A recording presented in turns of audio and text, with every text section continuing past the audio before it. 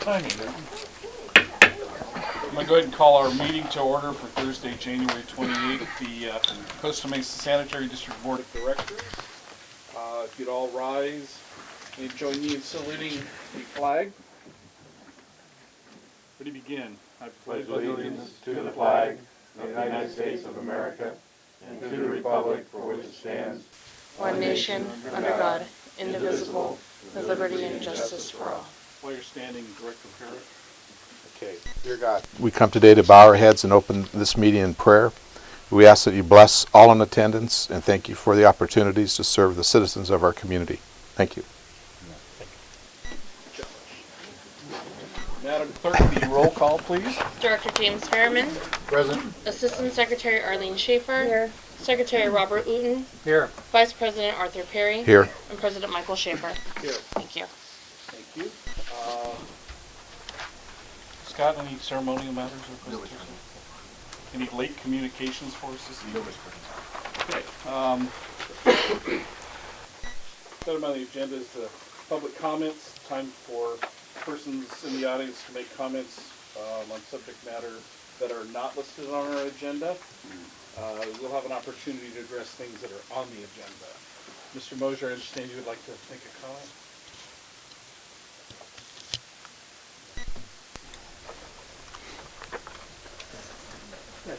Thank you, President Schaefer and members of the board. I had several non-agenda comments. The first one I wanted to make is when I downloaded the agenda packet for tonight's meeting last Friday, I noticed on the district's website it is announcing here that the district now has a 61%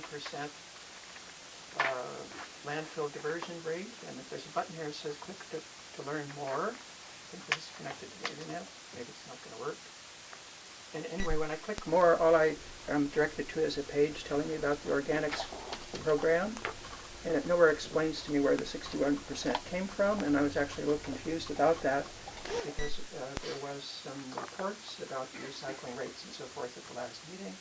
And if I tried to look at the figures from them, I got like 64% or 67%, which I think is on the high side because I explained to you there the rate being reported for the black trash cans is probably out of date and is double counting some of the green waste. So I'm curious when the Learn More button will tell us where the 61% rate came from.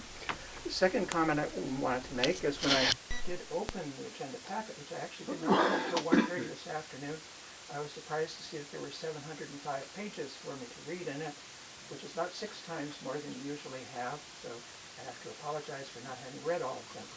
I did read some at the beginning of it, and I have a few comments on the last board meeting that we held in December, which was on December 17th. The first comment I wanted to make about that in reading the minutes, I noticed that at that meeting, unlike this one, there was some late communication from the district council about wanting to make some changes to the minutes. And I couldn't make out from the minutes what that was about, and I tried to look at the video, still had some difficulty with it.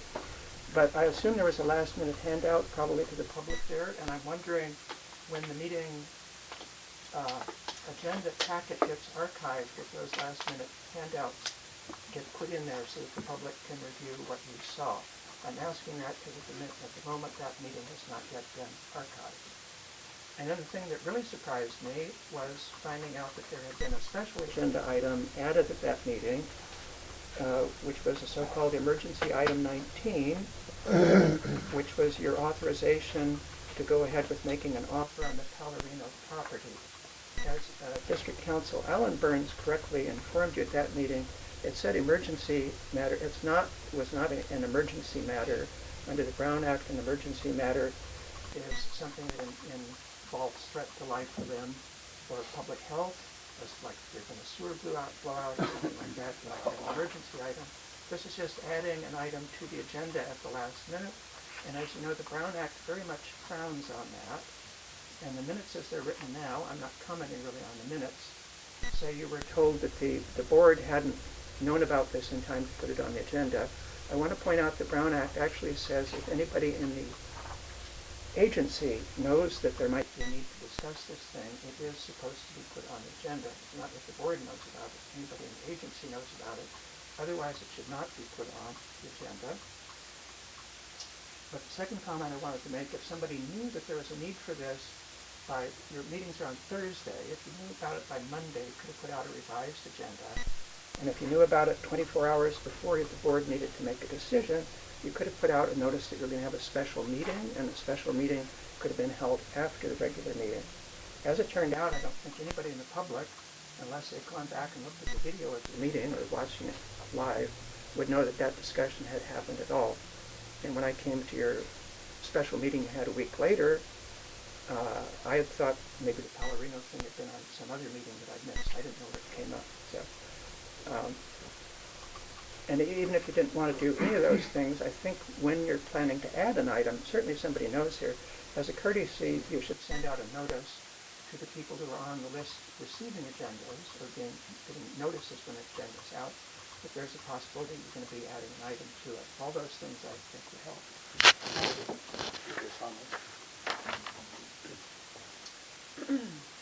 Anyone else from the public wishing to speak? All right, seeing no one, I will close the public comments. I have a question. Go ahead. The question about archiving those things that Alan brought in, did we do that? Yes, they are added to the packet. Okay, thank you. Okay, this takes us to the consent calendar. Routine items may be acted upon by one motion. Any items to pull? Move for approval. Second. There's a motion, second, any discussion? Call for the question, all those in favor? Aye. Opposed? That motion passes unanimous. Going to move into the general manager's report from here. I would like to ask the board for a change. Item number 14, the Costa Mesa Community Run agenda item. We have Karen Barloon here this evening. I'd like to move that item up to the beginning of the discussion so that she doesn't have to, I was going to say suffer through the rest of the stuff, but I won't say that. So is that okay with the board? Yes. Okay, then Scott will go to item 14. Thank you, Mr. President. So what we have before you is an application from our contribution program to contribute to the upcoming Costa Mesa Community Run, which is about a day-and-a-half event. We have contributed to this program in past years. Last year, typically, we contributed about $1,000 for this event, but last year we contributed $500. And so the request before you tonight is for, again, $1,000, but again, I want to reiterate, you can go to $500 and still be a sponsor. With that $500, I do believe we still get a tent. We just don't get like a table and chairs, and we can bring that ourselves if we need to. Yep. Last year we did $500. The year before we did $500. And the years before that we did $250. Okay. Any questions for staff? I'll move the act. Well, I'd like to hear, I think Mrs. Barnum. The applicant is here. The applicant's requesting $1,000, so you either approve the application or you amend it with your own amount. Can we hear the discussion first from Mrs. Barnum so we can? Yeah, but we need you to come up. We need you to come to the podium so we can record you. I was going to say that. Won't be the first person to. I thought you had a running engine. No, I was like getting all, pulling my pants down. Oh, look good. You're not on camera. Okay. Well, first of all, thank you for allowing me, I'll keep it really, the 4 or 5 minutes too. I know most of you. Are you Scott? Hi. Thank you for reaching out and inviting me, and nice to meet you, because we've had a great relationship with the district, and the community run is in our 9th year. For those that don't know it, it started when the principal at Estancia at the time, Phil D'Agostino, which you all may or may not have crossed paths with, a fairly gregarious, big thinking guy, and one day he sat down and said, I think we should have a marathon that competes the 2 high schools in the city. And everybody's like, whoa, wait a second, let's just start with a 5K. Okay, and we did, and we were really successful. And he asked me to help out, and I very kindly say now it was his dream and it's my nightmare. He's moved on. We don't know where Phil, I do know where Phil is, but here I am 9 years later. The run has grown. We've added a 10K. We had close to 900 runners last year, hope we go over. We give all our money back to the schools in Costa Mesa, so it stays right here in the city, so that community part of our name is really important to us. We work hard with the people in the community. The expo, we like to get the small or large local businesses out so people can see. It's amazing to me every year how many people come out that live in Costa Mesa that have never been in Fairview Park where we run. So I like that little small town feeling of it, although we're growing, and to date we've given just shy of $125,000 back to the schools. I know there's other fundraisers out there that have done more, but there's fundraisers out there that have done a lot less, and we're really proud of that, and that it stays right here in our community. And so that's why I'm here, and I'm grateful for your support. I overheard, sorry, that you are the C&R guy? Is that CCCR? I see, whatever. We just call him the trash guy. The trash man. Well, the district comes out every year to the expo. They put up as part of your sponsorship, you get a booth, and they bring the truck out with the tin can bales, and it's always been a big hit where they run a little raffle, guess how many tin cans are in on the truck. So thank you for that. I don't know how that works between the two of you, but thank you for your support for coming out and being part of it too. I know it all kind of works together. I just don't understand the politics of it. So that's that. Neither. Will the booth be open 2 nights? No, in 9 years we still have a lot of learning to do. I'm never opposed to new ideas, helpers, people that want to be part of it, committee members. Yeah. So in the past we have run our expo the previous night and into the Saturday event, trying to open opportunities for the local schools to run booths or other reasons to bring the community together. April tends to still be really cold outside on the field, and we've done a movie the first night in the stadium, and it just turned out to be a lot more work for not as any return for the people. So we've gone back. Last year we started with just Saturday, and I think it just is fine. I just had a question. The money, you said it goes to schools. Is that all the schools? Every school, regardless of their participation. So it's split 3 ways, equally, unequally. A third of the money goes to the Estancia Tewinkle Foundation, which then generates it back to Tewinkle or Estancia High School. A third goes to the Costa Mesa High School Foundation, which then shares it with their 2 middle school and high school. And then the other third is divided equally among the 16 other schools in the district. And most of those would be elementary schools, but that does include Back Bay and Middle College, the alternative school. So it's Newport Unified. No, because No? it's It's only everyone? Costa Mesa. Only the Costa The Only schools Costa- that that's are what I only was sitting wondering. in That's what Costa I Mesa meant. zone, yes. Yeah, okay. So, even though the school district supports, and gets it, the city is so phenomenally involved and gracious. This is a Costa Mesa event, and all the money does stay Okay. here in Costa Mesa. That's what I So, wanted. yeah, so all of your constituents, if they have children that go to the public schools, receive a benefit from this. So I think I've gone over whatever I said. I brought some, can I give gifts? Is that like? Oh.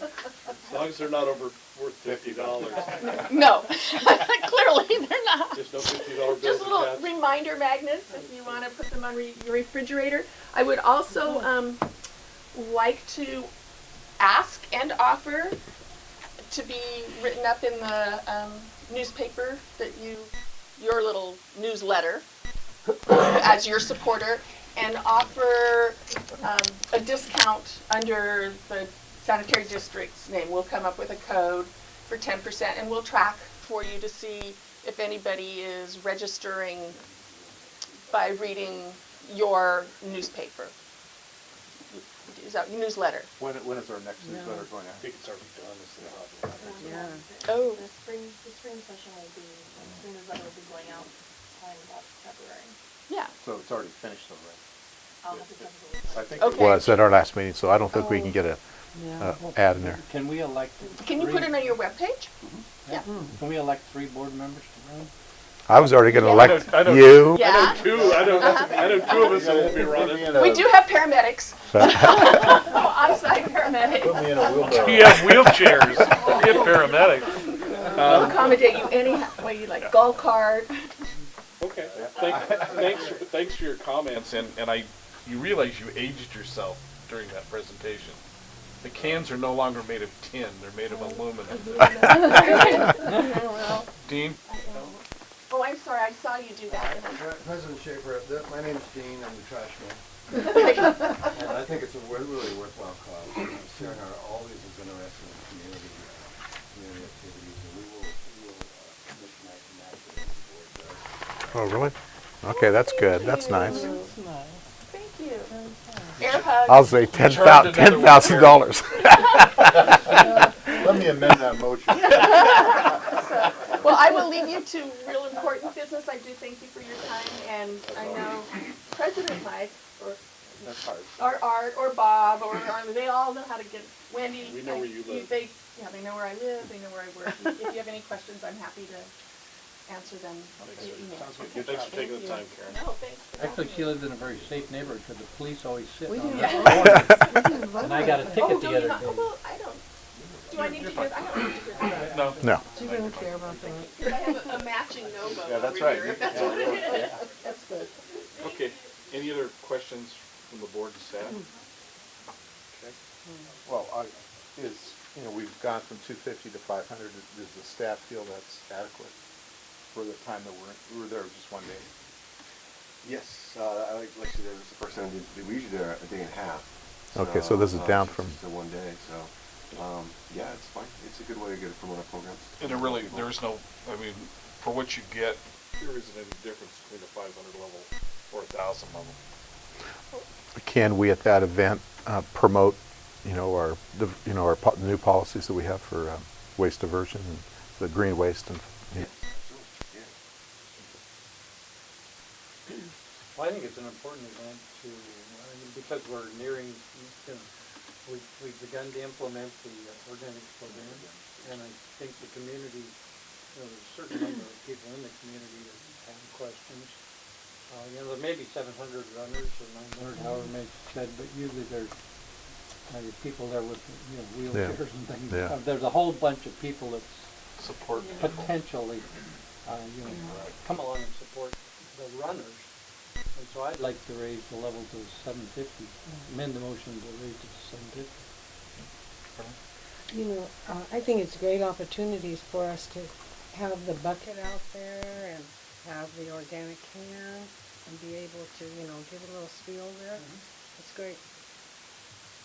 Okay, so we have a substitute motion then for a donation of $750. That motion dies for lack of a second. The original motion was for the $500. I'll second that motion.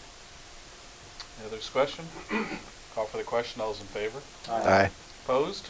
That donation of $500 passes unanimously. Scott, item 11. Thank you, Mr. President. Wendy Davis will be in the presentation. Hi. Hi. Easy. Before you are the financial statements for the fiscal year ending June 30th, 2015, and we have our brand new auditors here. Scott Mano will give a presentation and answer any questions you have. Our actual auditor that came here, Nathan, is also here. Stratum, maybe. Scott, it's all yours. Do I need to go there?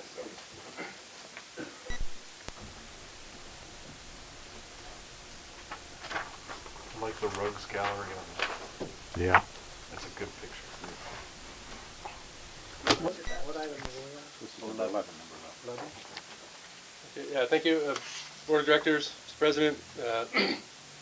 My name is Scott Mano. I'm a partner at Rogers, Anderson, Malady, and Scott. Like Wendy said, this was the first year of our engagement with the district. What I'm going to do is I'm just going to kind of go through what we do as auditors, and then I'll just highlight a couple items in the financial statements. Our objectives are to audit the district's financial statements in conformity with generally accepted auditing standards. What we are doing is providing an opinion on the financial statements as to whether they are in conformity with generally accepted accounting principles. It's a lot of generally accepted stuff.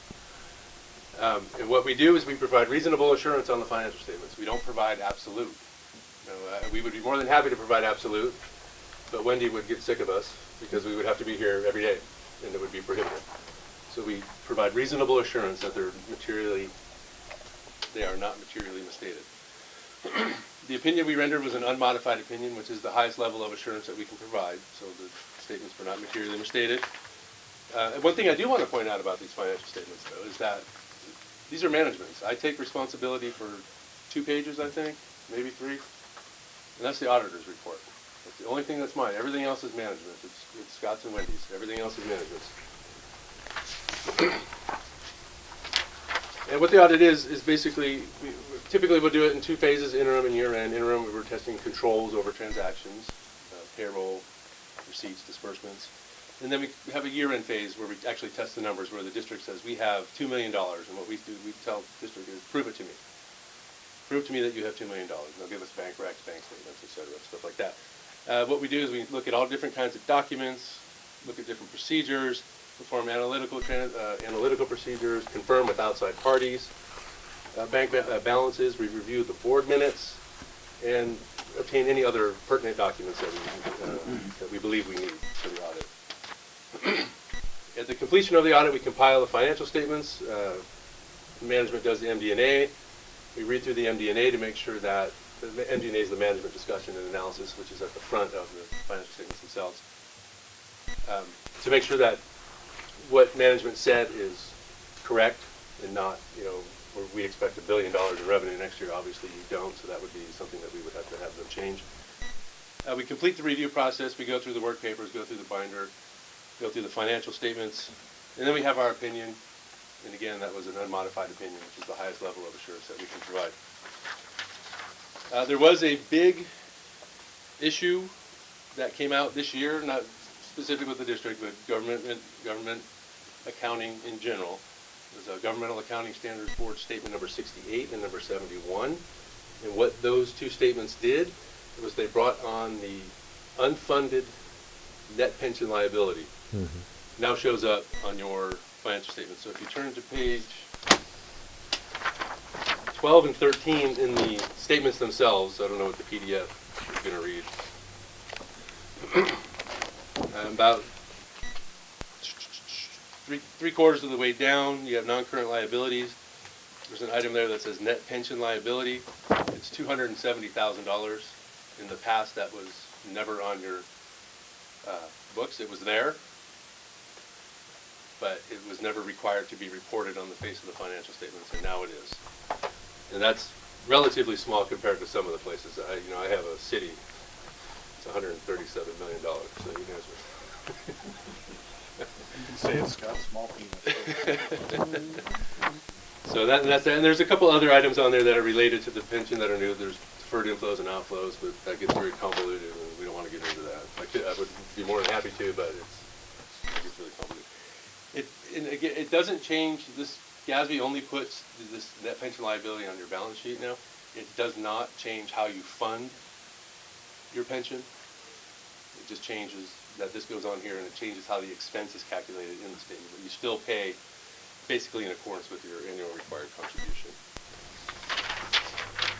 Okay, so that's that. And then if you flip on to page 17 there, 16 and 17, you'll notice that this one, oh, I'm sorry, 14 and 15. You'll notice that your income changes the net position from $500,000 to $1.089 million, which is a good turnaround. And part of that is because last year you had the $350,000 expense that you recognized for the mitigation of the sewage spill, I believe is what that was for. So that was one of the reasons why that got pulled down a little bit last year. So, and those are basically what I had. If anybody has any questions, I'd be more than happy to attempt to answer them. Do you have a recommendation about us paying our unfunded liabilities at this time or at a later date? You have the cash. I mean, that's a management decision. And we've talked about it. I'm just curious what your opinion was. I mean, you have the cash to do it. If you don't need the cash for any future projects, or you don't have any capital projects that you're going to do in the future, Yeah, I think it's just one of those things where, until the entire liability is given to us and, under the new, accounting rules, we won't know if we really have all the cash, because they're in the process. I think it's actually 17 and 18 fiscal year is when Okay, we OPEB. get the entire, Yeah. you know, the extent of all of our liabilities, and so at that point, I think we'll bring that back to the board and say, now that we got the full picture, you know, do you wanna do all of it, none of it, part of it? So, Yeah, what she's referring to is another GASB that's coming out in 16 or 17 that puts your other employee other, can't remember what it's called, other pension, Post-employment. other post-employment benefit on your book now. It's going to be this kind of the same deal as what happened with GASB 68. So there is a liability out there for your health benefits that are unfunded, and that will come out here. And at this point, Again, who knows? I have one other question. Did you find anything negative about our procedures that we're doing right now? I believe we did not. Otherwise, we would have reported it to you. then he would have given you there's different levels of, and he could address these, there's different levels of, issues that they find, and so he gave us a housekeeping letter that said, you know, here's some things we'd like to see. And then if it's a significant finding, but not material enough to give us an unqualified opinion, he would have given you the board saying that, you know. We just came back from that conference that talked about specifically what you're talking about, you know, statements and auditing procedures. So I'm just curious. Yeah, if we're actually required, if there comes an issue that we deem as a significant deficiency or material weakness, we're required by our standards to report Okay. it to Yeah, I just want to get that on record. So. And he wouldn't hesitate to report to you because we're actually hiring him, but Yes. we're just preparing him, Right. so.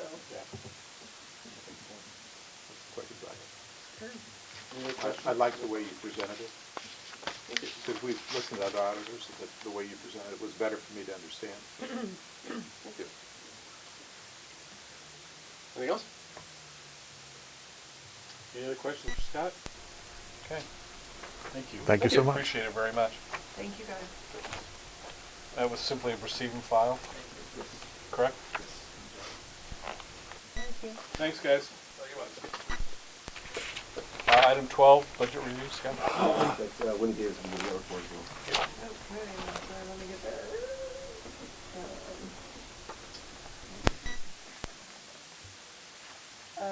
Off the top of my head, the mid-year budget review, I think I'm projecting to be on track or maybe a small savings.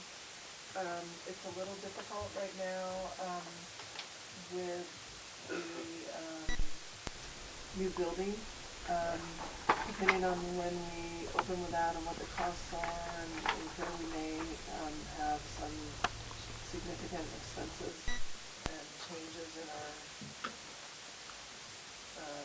maintenance levels for a building that size. So depending on when and what that occurs, I think the treasurer is going to talk later on in the meeting about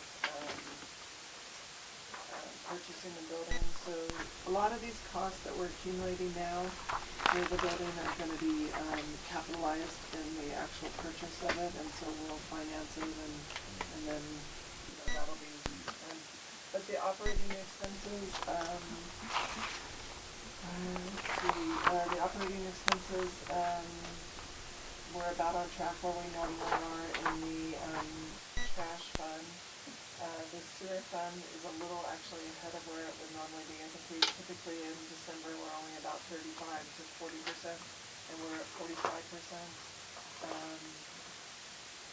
I think that's mostly just due to having more staff in-house, so we're getting the monthly expenditures incurring their salaries pretty steadily, whereas in the past we would have natural plans for someone to do some contract work, so we wouldn't get billed for a long time, or it would hit all at once. So, one of the things that I wanted to draw your attention to is for the trash, there's a little schedule I put in the staff report to show where we are on the organics.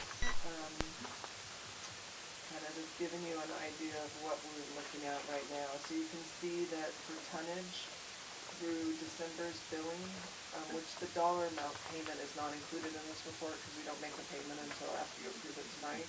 But here's the numbers just for your information. So a little over 3,549 tons, which equates to $184,000. So the average tonnage for the first quarter, the 3 months, was, you see that it's 503, and then the second quarter is 679. But look at the variances in the tonnage by month. It's just, the organics is just all over the board. It's going to be very hard to predict what's going on there. So we don't know if it was just ramping up and people were participating, you know, growing and interested in October, and then November suddenly went down, and then December went down. Did people drop off, or? I think that's pretty indicative of the season there too. I mean, Traveling? I know I do a lot less yard work and maintenance in the fall, late fall and early winter months. I think with the drought and the effect of it, I mean, I don't cut my grass every week. I know that. I mean, I cut it every 2 or 3 weeks, and I think that's indicative of the season and the drought and some other things. But I agree with you. I think it's going to be hard to. I think we're going to see those seasonal changes, but it still will be hard to anticipate. Well, staff's estimated budget for the program was $600,000, and we're not paying the higher rate until the new facility comes on board, but it looks like we'll probably be well under that. So, which just means that we're paying for it in the regular trash can. remind me where. Oh, I'm sorry. Go ahead. Remind me where. Where in the budget, or what this fine that we're still looking at, how does that play in it? All this, is that a separate item, or is you? The water quality control board fine. What he was referring to is we've set up a liability on our books, so we've essentially set aside that $350,000 on our books. So it's not a budgeted expenditure, but there's money, kind of like a reserve for it there. When we actually know the amount, we'll come back to the board and we'll get approval to do a budget adjustment. Okay. And that money is, you know, just basically coming out of fund balance. You know, if it was low enough, I probably would have removed that entire liability and just paid for it with the sewer contingency. But depending on what it is, you know, we don't have any idea, so. We're hopeful that But still it's, yeah, comes it's to set up as fruition. a reserve, the money is set aside, but not appropriated. A question for Scott. Mr. Mosier brought up that on our website we say 61%.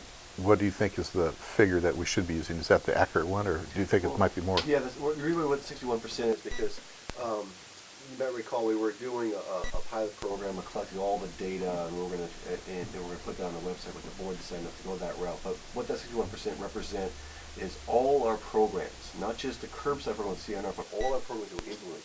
That's like the battery recycling program. That's like the HHW collection. Okay. That's like large item collections, white goods, all Okay. that stuff. That's all inclusive. That's where that 61% is coming from. So next week I'll talk to staff and make it, simplify it so Mr. Morgan can publicly see where that 61% is coming from. Do you think that 61 will be higher once you can incorporate all of the findings?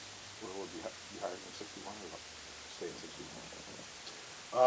Well, hopefully the 61 will go up. We're hoping, yeah, it'll go up, go to 75%, but Yeah.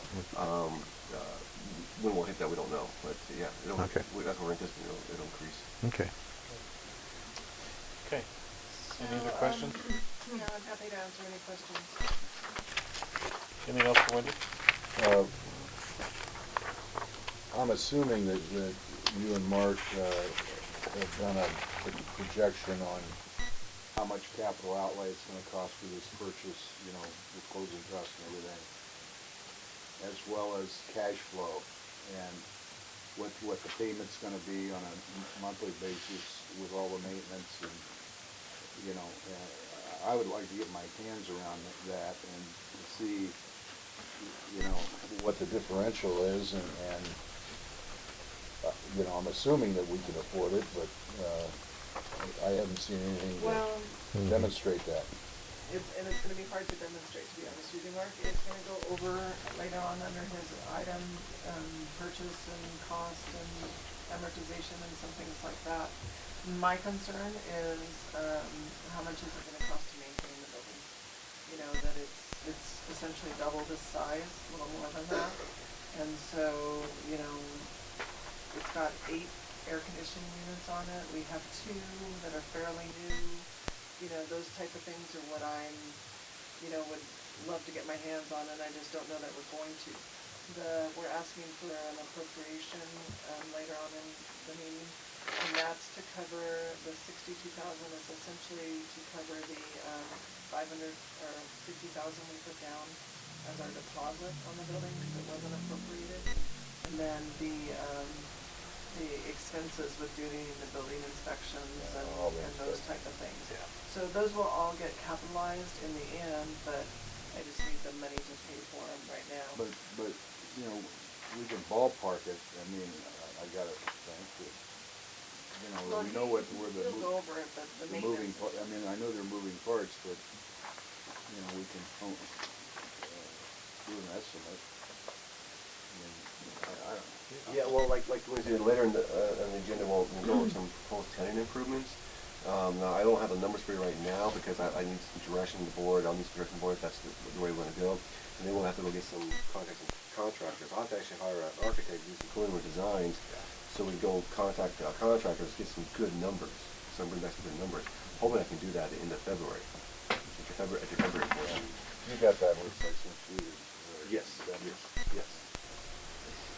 You know, we're trying to, like, the air conditioning is a perfect example. We've had a guy come out and give us a quote on maintenance, you know, what our annual maintenance for that type of facility is. But for example, right now we have I think he's 30-hour employee that does our janitorial work, you know, so he spends 1 day at the yard and then he works 4 days, so 3 days here. You know, is that going to be sufficient? You know, it's hard to say just vacuuming the building that's, you know, as big as this made, you know. So we're just trying. Okay, anything else? All right, that, again, our receiving file, so we'll receive it and file it. Thank you. Item 13, CCTV. Move approval. We discussed this in the study session. Right. Second. Any other discussion? All those in favor? Aye. Opposed? Motion passes unanimously.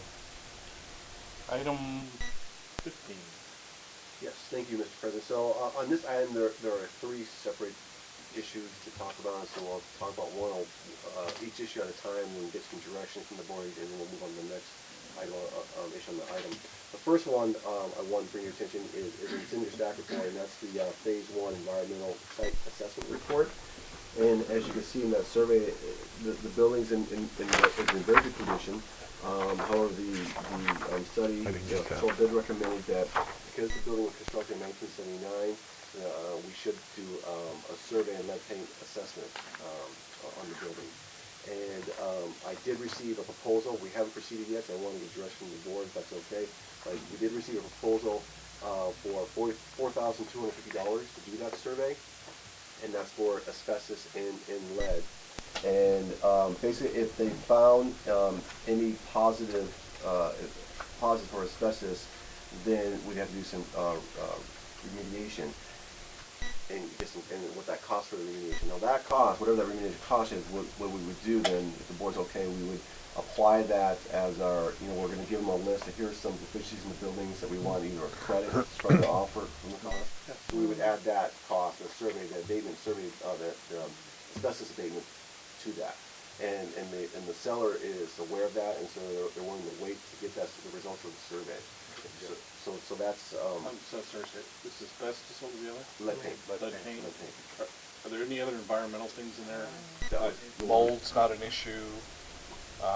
Construction of the building is going to mitigate a lot of that, of a mold issue, but Yeah, that's what the survey was, is they're recognizing asbestos and lead paint. Okay. Those are the issues. So that's what if the board's okay, tomorrow we'll issue the PO for $4,250 to begin the survey to determine if there's asbestos in the building or not, and lead paint.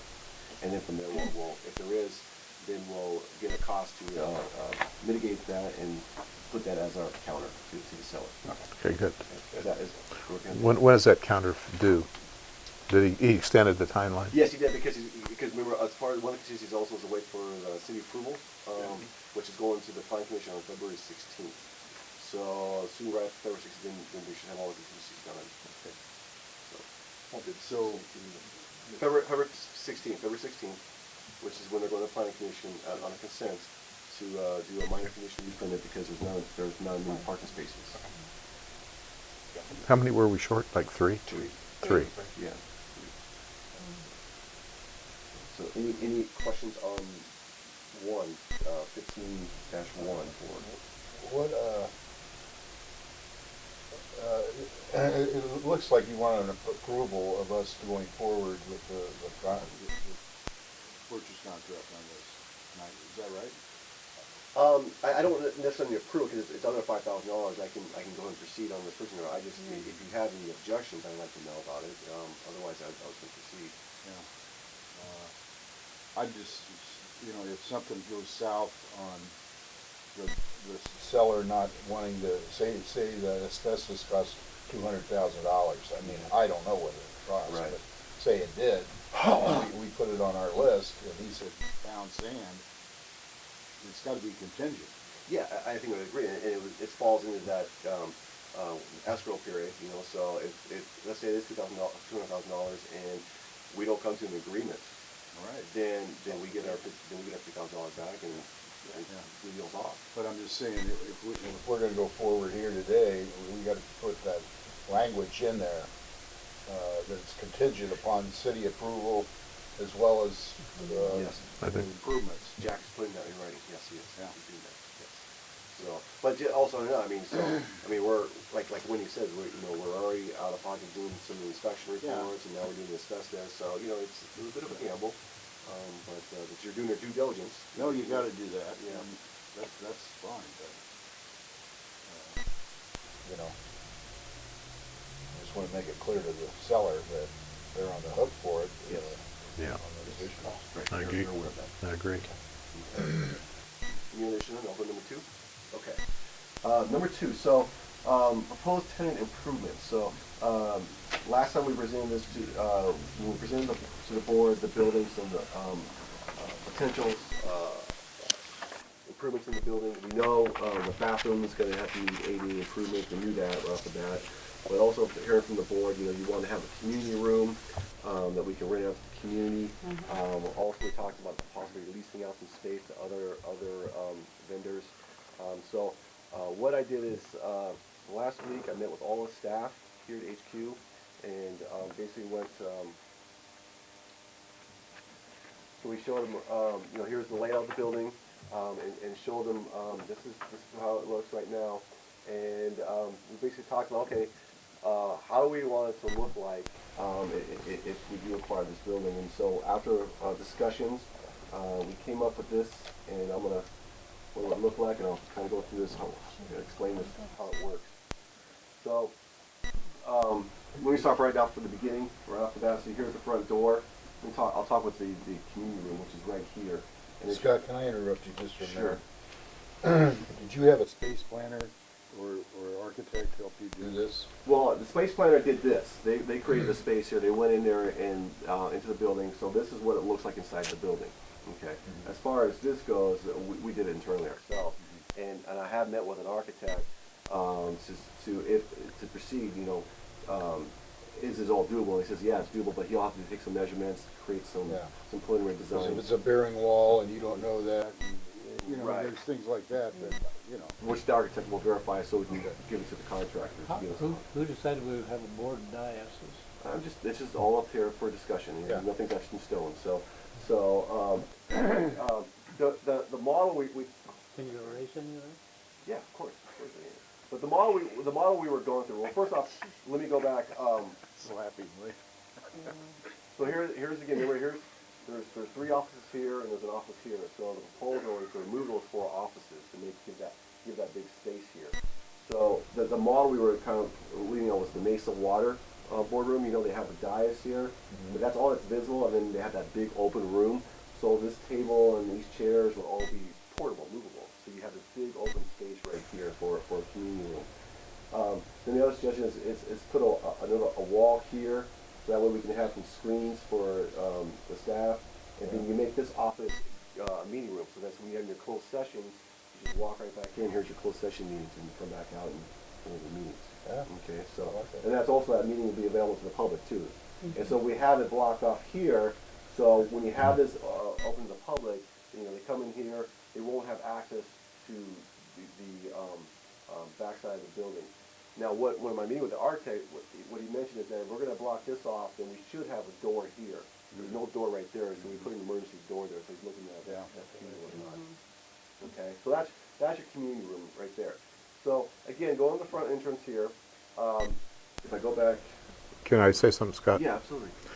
There's only one set of bathrooms in the building, that's on the left. So how would the community room have access to those? They'd come out through this door and through the lobby, so like everyone else does. I know, All staff but would we have it blocked off, and the other areas blocked off so they can't get into Yeah, it? so we put a wall, so here's a lobby right here. So we put a wall here with a door, we put a wall here with a door, and we put a wall here with a door. So basically there's 3 doors we'd have to put in, secure the lobby, Okay. protection of the staff, Okay. and also make sure people, you know, publics can't go in without permission. Okay. So staff and the public would always have to use this restroom. Okay. Now, again, if I go back, this is the way it looks out right now. Right here is a conference room, and this is an office. There's a wall right here. So what we're proposing is that obviously most of our residents, most of our customers are here to get plan checks. They submit plans. And so when they first come in here, we would convert this conference room really into a plan check room, where this will be like a plan table, right? And we put chairs here for people waiting, so they come in here, and this is where we do the plan checks. Our permit technician's office would be here. We create a door, so when she sees someone at the counter, she just comes out and lays out the plans and helps out whoever needs them. Should be secured to the left of that. Wall with the, that'll be secured. Yeah, yeah, we'll put maybe like a window here so you can see people Like, coming in. yeah. But this would be a door here, secure again, so no one can have access into that Okay. area. Other areas I want to mention is this, and we go back. So here right now they have a wall here and a door, and it's huge open space, right? And again, there's wall here. So what we're proposing is to knock that wall out here, and then create a conference room here, and put a wall here, a conference room / EOC room, okay? And then we open this up so that staff can easy access to the general manager's office or vice versa, really easy access. And there's also an exit door here, so the easy exit, fast way to get an exit door, which is also nice to have the boardroom here because there's an exit door right there, which is great. Is there an exit door on the left, like you, on the left of the screen? Oh, over here? Yeah, is there an exit door there there is an now? exit door over here. Okay, I didn't see that. There is one over Yeah, I've here. never seen that. Okay. And then we would create, what I call a safe room is not where everyone would go in there and be safe, it's where we keep our safe for I wondered checks about and stuff that. like that. I Yeah. thought you were looking for like a tornado room. No, or no, something. that's not what I meant for. I meant for finance to keep us safe. So we put that there in as close to finance. What area would you have for rental? That's the issue. We're hitting that up, but after we did this analysis, quite honestly, there is no place to do any subleasing for anyone. If we go this way, if we go this route, we have our community room to rent out to the public. We have a meeting room to rent out to the public. That's available to the public. But as you see, we do have a few open offices. So if we were going to expand, have additional staff, that is available. But as we went through this analysis, this study, if we go this route, then unfortunately there is no additional space, because remember, right here we have at least 5 offices we're eliminating. So we would not be able to sublease it out to anyone else. I think getting into a sublease situation creates so many headaches. You know, who do you lease it to make sure they don't use parking? I know it's some income to the district, but I just don't see any. Yeah, You're gonna have to build bathrooms. Yeah. Probably for anybody who's So subleased to. I'd like to see if there's another opportunity to put in another bathroom, I mean. Well, we definitely were gonna. That's gonna be challenging. We would, right here are 2 offices, and talking to our architect, he's definitely gonna have to blow the bathrooms out and expand it into here for ADA. for ADA. Yeah. Yeah, we know that. There is a bathroom over here, one that's, you know, for staff, but the public, and most staff are gonna be using that bathroom, that's just the way it is. I think the bottom line here is, you know, we're trying to do as little as possible, you know? Yeah, I And know. the configuration's not really perfect for us. So, you know, if you got to start with a clean slate and demo everything, we could probably come up with a bigger portion of the building. Yeah. We could be more efficient. That's not But realistic. I don't think. because we're trying to, you know, we don't know what are bearing walls, so he's just using, you know, Right, as right. limited, and it's just hard to estimate the cost and keep it down, and, you know, in the end, it may end up being cheaper where you demo a lot more just to make it more efficient. How large is that small meeting room? The one right here, Yeah. you know, it's right now, it's an office, it's one of the bigger offices in the office, in the whole building. Oh. I don't know the exact size off the top of my head. Okay. I'm sorry. Oh, I was just gonna ask, is 2 offices there? You don't have that? They'll both be marked? vacant, yeah, Yeah. it's vacant right now. Okay. And then the vacant office here. And then the vacant office here, for Yeah. What is a, I know in England what a loo is. well, that's our one of our staff members. Her name's Lou. That's our new administrative assistant. She's our I part-time beg your accountant. pardon. I'm Her sorry. name's That's Lou. right. I'm sorry. I didn't think that far ahead. I beg your pardon. That's the lady's name. So I did meet with an architect, actually with Bob Thornton. He's the one that did our yard, and he can give us preliminary designs for less than $5,000. And then once he finishes that, then we go out and meet with the contractors, and then we can get some good numbers. I can bring that back to you, what the cost would be to do all this.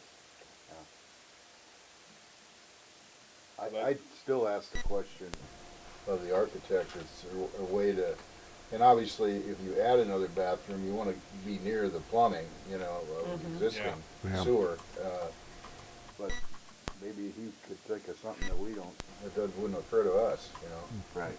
Cause I mean. Oh, I'm sure that he will say, you know what, it's not gonna cost you any more to tear down this wall and do this than, you know, he's probably gonna have, I can remember when I built my house, he said, you know, you can just add 10 feet onto the house, cause it's free, you know, you've already put in your bathrooms and your Yeah. kitchen, everything else is cheap. So he may, you know, come up with really good suggestions that we don't have. Yeah. I'm just trying to think ahead, you know, with. That's what I was pushing too, you know. Yeah, there's no reason not to go Well, ahead. check with Rob to find out where the sewer is. Yeah, that's true. On the break room and all, is there, you're gonna put a sink in there? There's already sinks in It's there. already. There is one already. Oh, Well, likely goes out the break that'd be room. ideal to have a bathroom by the small that's- meeting room. Mhm. Then yeah. everybody's been moving around. The Atlas has where the likely, you know, where the likely plumbing is. Well, even where those 2 blank offices are to the right, That's what I was just I mean, if saying. there's a possibility of Yeah, a restroom that connects to that meeting room, I don't know. now But that'd be I'm sure, ideal. Scott, you can have them Yeah, that can be brainstorm done. That'd this be year. ideal. Then people be not wandering And around. if we just identified it now and didn't actually do it, at least we'd have, Yeah, Yeah. we would know, if we had that opportunity. Right. Yeah, that's a good point. I have in my notes, I'll talk to Bob tomorrow, and, if, you know, we can find another bathroom. But it'd be ideal near that Would that second bathroom have to be ADA or not? meeting. Yes, Oh, yeah, definitely. They all are. definitely. These are, I mean, Yeah. the ones, these offices are these are good times off. What about the doors? Are the doors all wide enough for ADA? The Cause that could current, get expensive. too. yeah, I believe all the current doors, that's a good question, I'll ask, Wow, I don't know off the top of my head, I'll that's ask. a big question. you know, based on my experience on being sued for ADA and door sizes, those all Oh, look they're to be expensive. conforming. Yeah.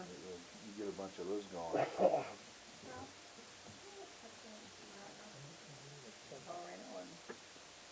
Wondering if it's, It's online.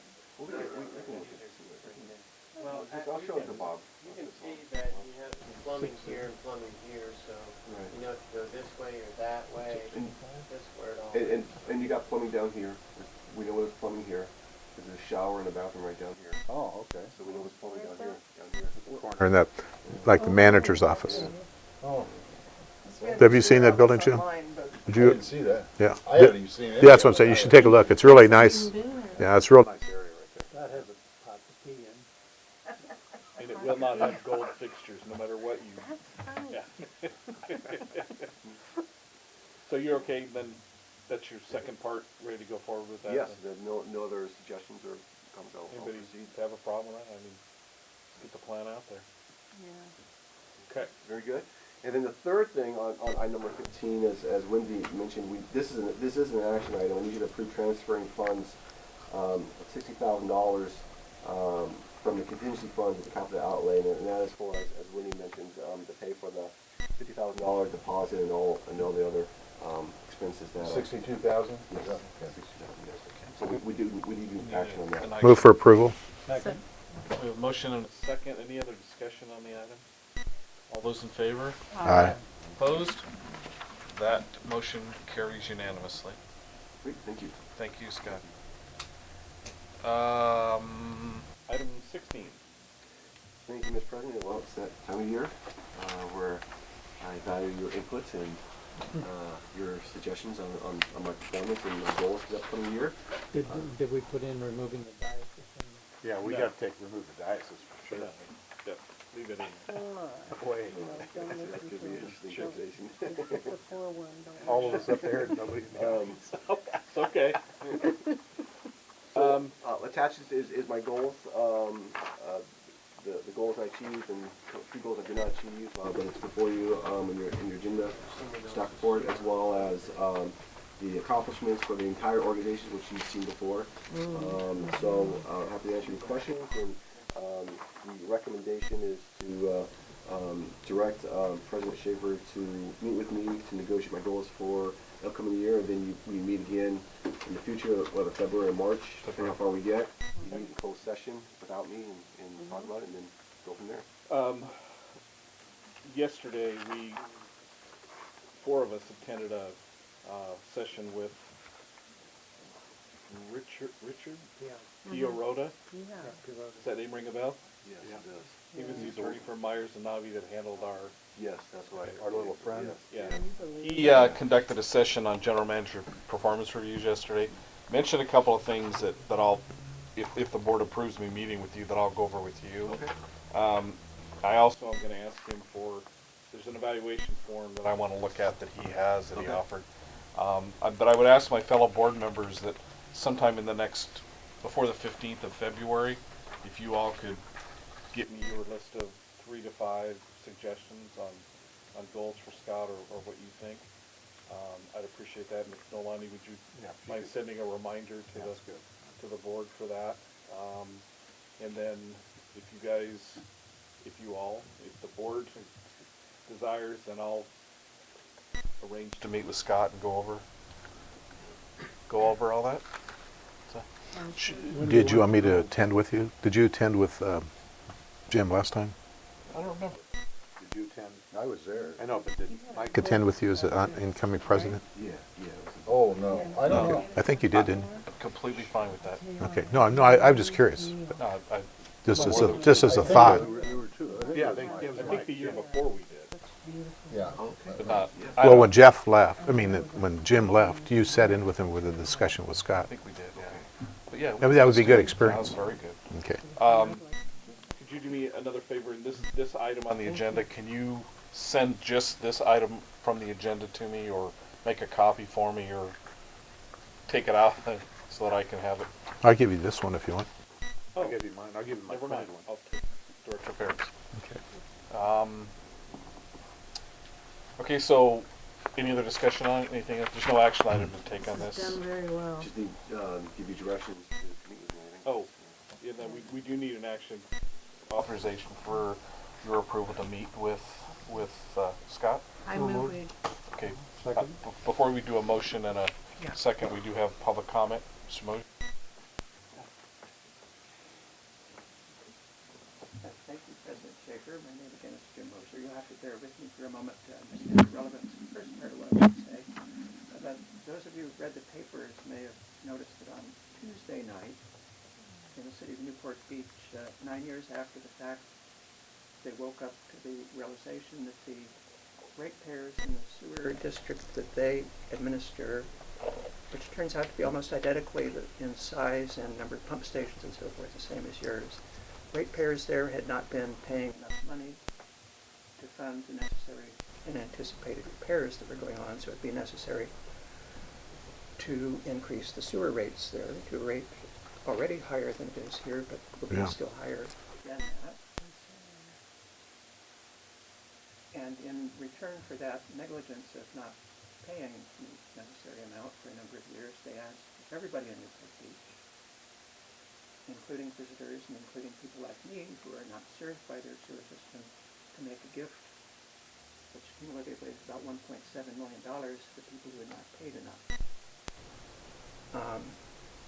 I think that's a good argument for why, when you have a separate discrete service like a sewer system that is ostensibly supposed to be self-funding, it's a good model to have it separately managed and overseen, separate from the other governmental activities to avoid that happening. The relevance of that to this item is you would not have seen in the newspaper that on that same night the City Council was conducting a performance review of our city manager, which is the equivalent of the general manager. And the reason you would not see it, it was a closed session item, as part of it is here. But unlike here, the people of Newport Beach, all we hear of out of that closed session is many months later a report that the city manager has met all of his goals and therefore deserves a raise for the next year. So I just wanted to say how refreshing it was to come here, where the public actually sees laid out in black and white what the general manager's goals were for the year and whether they had been achieved or not. And I did, of the 703 pages, I didn't read too many of them, but I did read them. It was very enlightening. And I just want to say that as far as I can tell, the general manager has been doing a very good and thoughtful, conscientious job of managing the district. Thank you. Thank you, Mr. Archer. It was nice. Thank you. It was interesting to listen to Richard yesterday morning on how many districts just don't flat do anything. I mean, one of the things he brought up, and Colin, I guess I'll have you look into this if you would. Richard mentioned something about, by the way, he said to tell your father hello. So,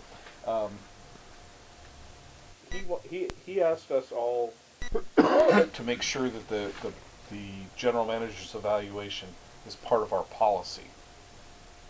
Do you know if it's in our policy? Who knows it?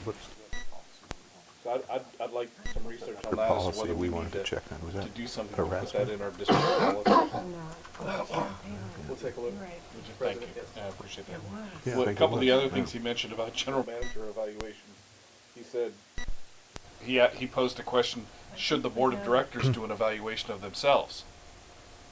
Well, we walk on water, so I guess we don't really need to do that, but that's something to consider too. The other thing he said, a lot of districts use an outside firm to do an evaluation of the general manager. I think it's more effective when you do it internally myself, but anyway. Okay, then now we can entertain a motion for me to meet with Scott. I'll make that motion. Second. Motion is second. Discussion? When would that take place, before the next board meeting, or would that take, Yeah. what time period? Yeah, I'm in Sacramento next. Once you get ready, then, Yeah, that's why I asked for all of you to give me comments by the 15th. Once I have those, then I'll schedule a time with Scott much before the next board meeting.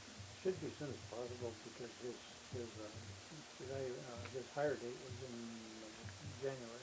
It's always retroactive. it'd be retroactive. If It he- says retroactive. Yeah. Yeah. Like I said, I'm in Sacramento next week, so after that, 15th will be close, and then you and I can meet for coffee. Probably not at Narrow Bread on the 17th. Wherever you want to go, that's fine. All right, then I'll call for the question. All those in favor? Aye. Opposed? All right, that motion passes unanimously. Okay, look forward to that. Okay, we will move now to the engineer's report. Rob, you're on. Thank you, Mr. President and board members. First item is project status report. We are under construction for 2 projects right now. The Abbymore Pump Station, which is finished rehabilitation. No, Rick. And we're also adjusting manhole those two projects are doing very well. We have 3 projects going out to bid next week. And we also have and Scott may want to follow up on this, we were invited to meet with Orange County Sanitation District over their study of the Fairview Road trunk that they were doing as part of what should they do, or will they need to upsize that line even if they build their west side abandonment, they call it their 619.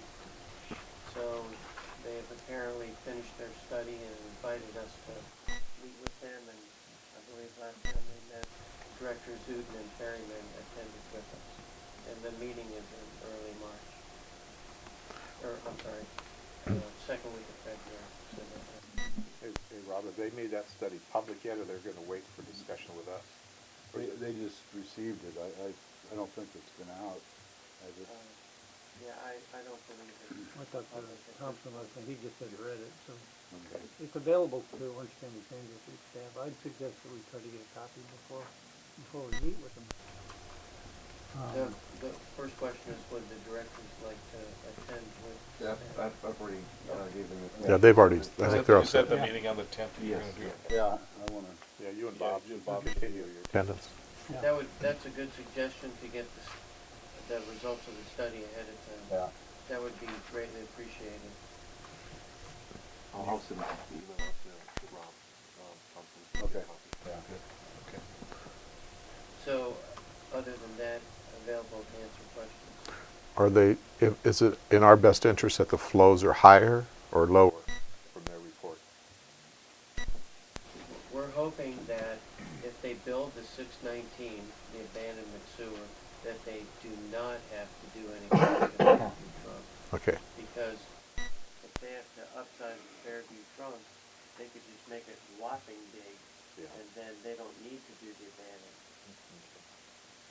Because we were, I was thinking about that over this last couple of days. Right.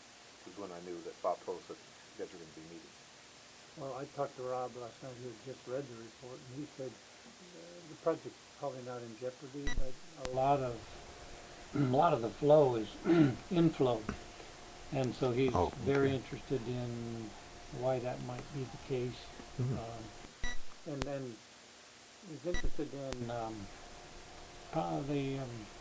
the inflow that our pump stations got during this last rain. The one day when we had the big rain. Yes, we did get inflow. Yeah, and so he's interested in, well, that will be part of the discussion about where it comes from and what, if anything, we can do about it. But that's what's driving their need to upsize that sewer, according to that report. He had just read it, so he didn't have a whole lot to say. Okay, that answers my question.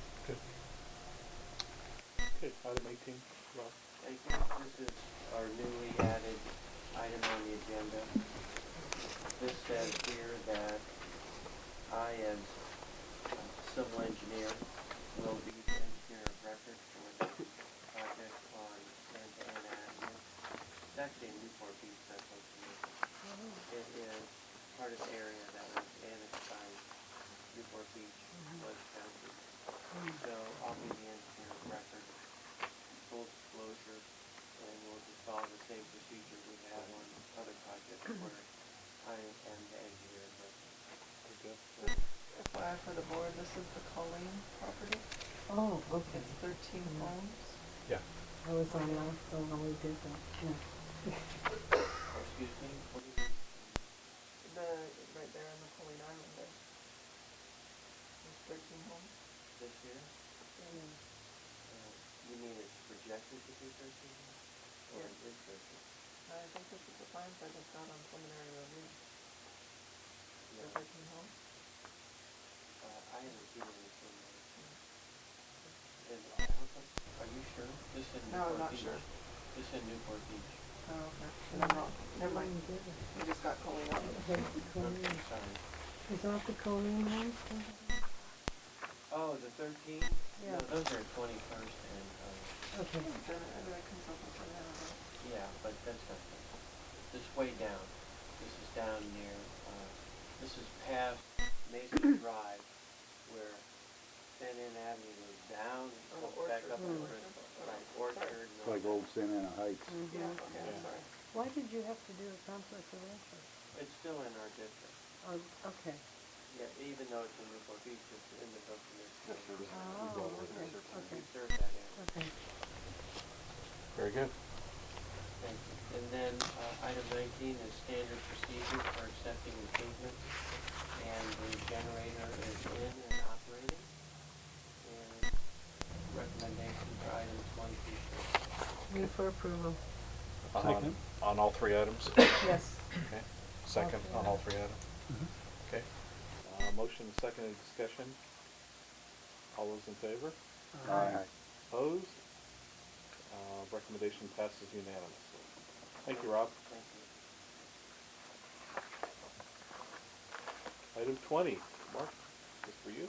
Yep, Mr. President, board members, this is your quarterly review of the investment report. As of December 31, the portfolio was earning 1.251%. Compared, we were budgeting to earn for the fiscal year 0.9%, and so our weighted average year to date, we are sitting at 1.12%. We're beating what's projected, so that's a good thing. During the month, we had 2 investment purchases that we made, and 1 investment that matured. We had a negotiable certificate of deposit that was a 1-year term at 0.5%. It matured on December 8th, and we reinvested that into another negotiable certificate of deposit with East Boston Savings Bank at 1%. Again, a 1-year term on that. And we'd also purchased a Freddie Mac at 1.8%. It's a 4-year security.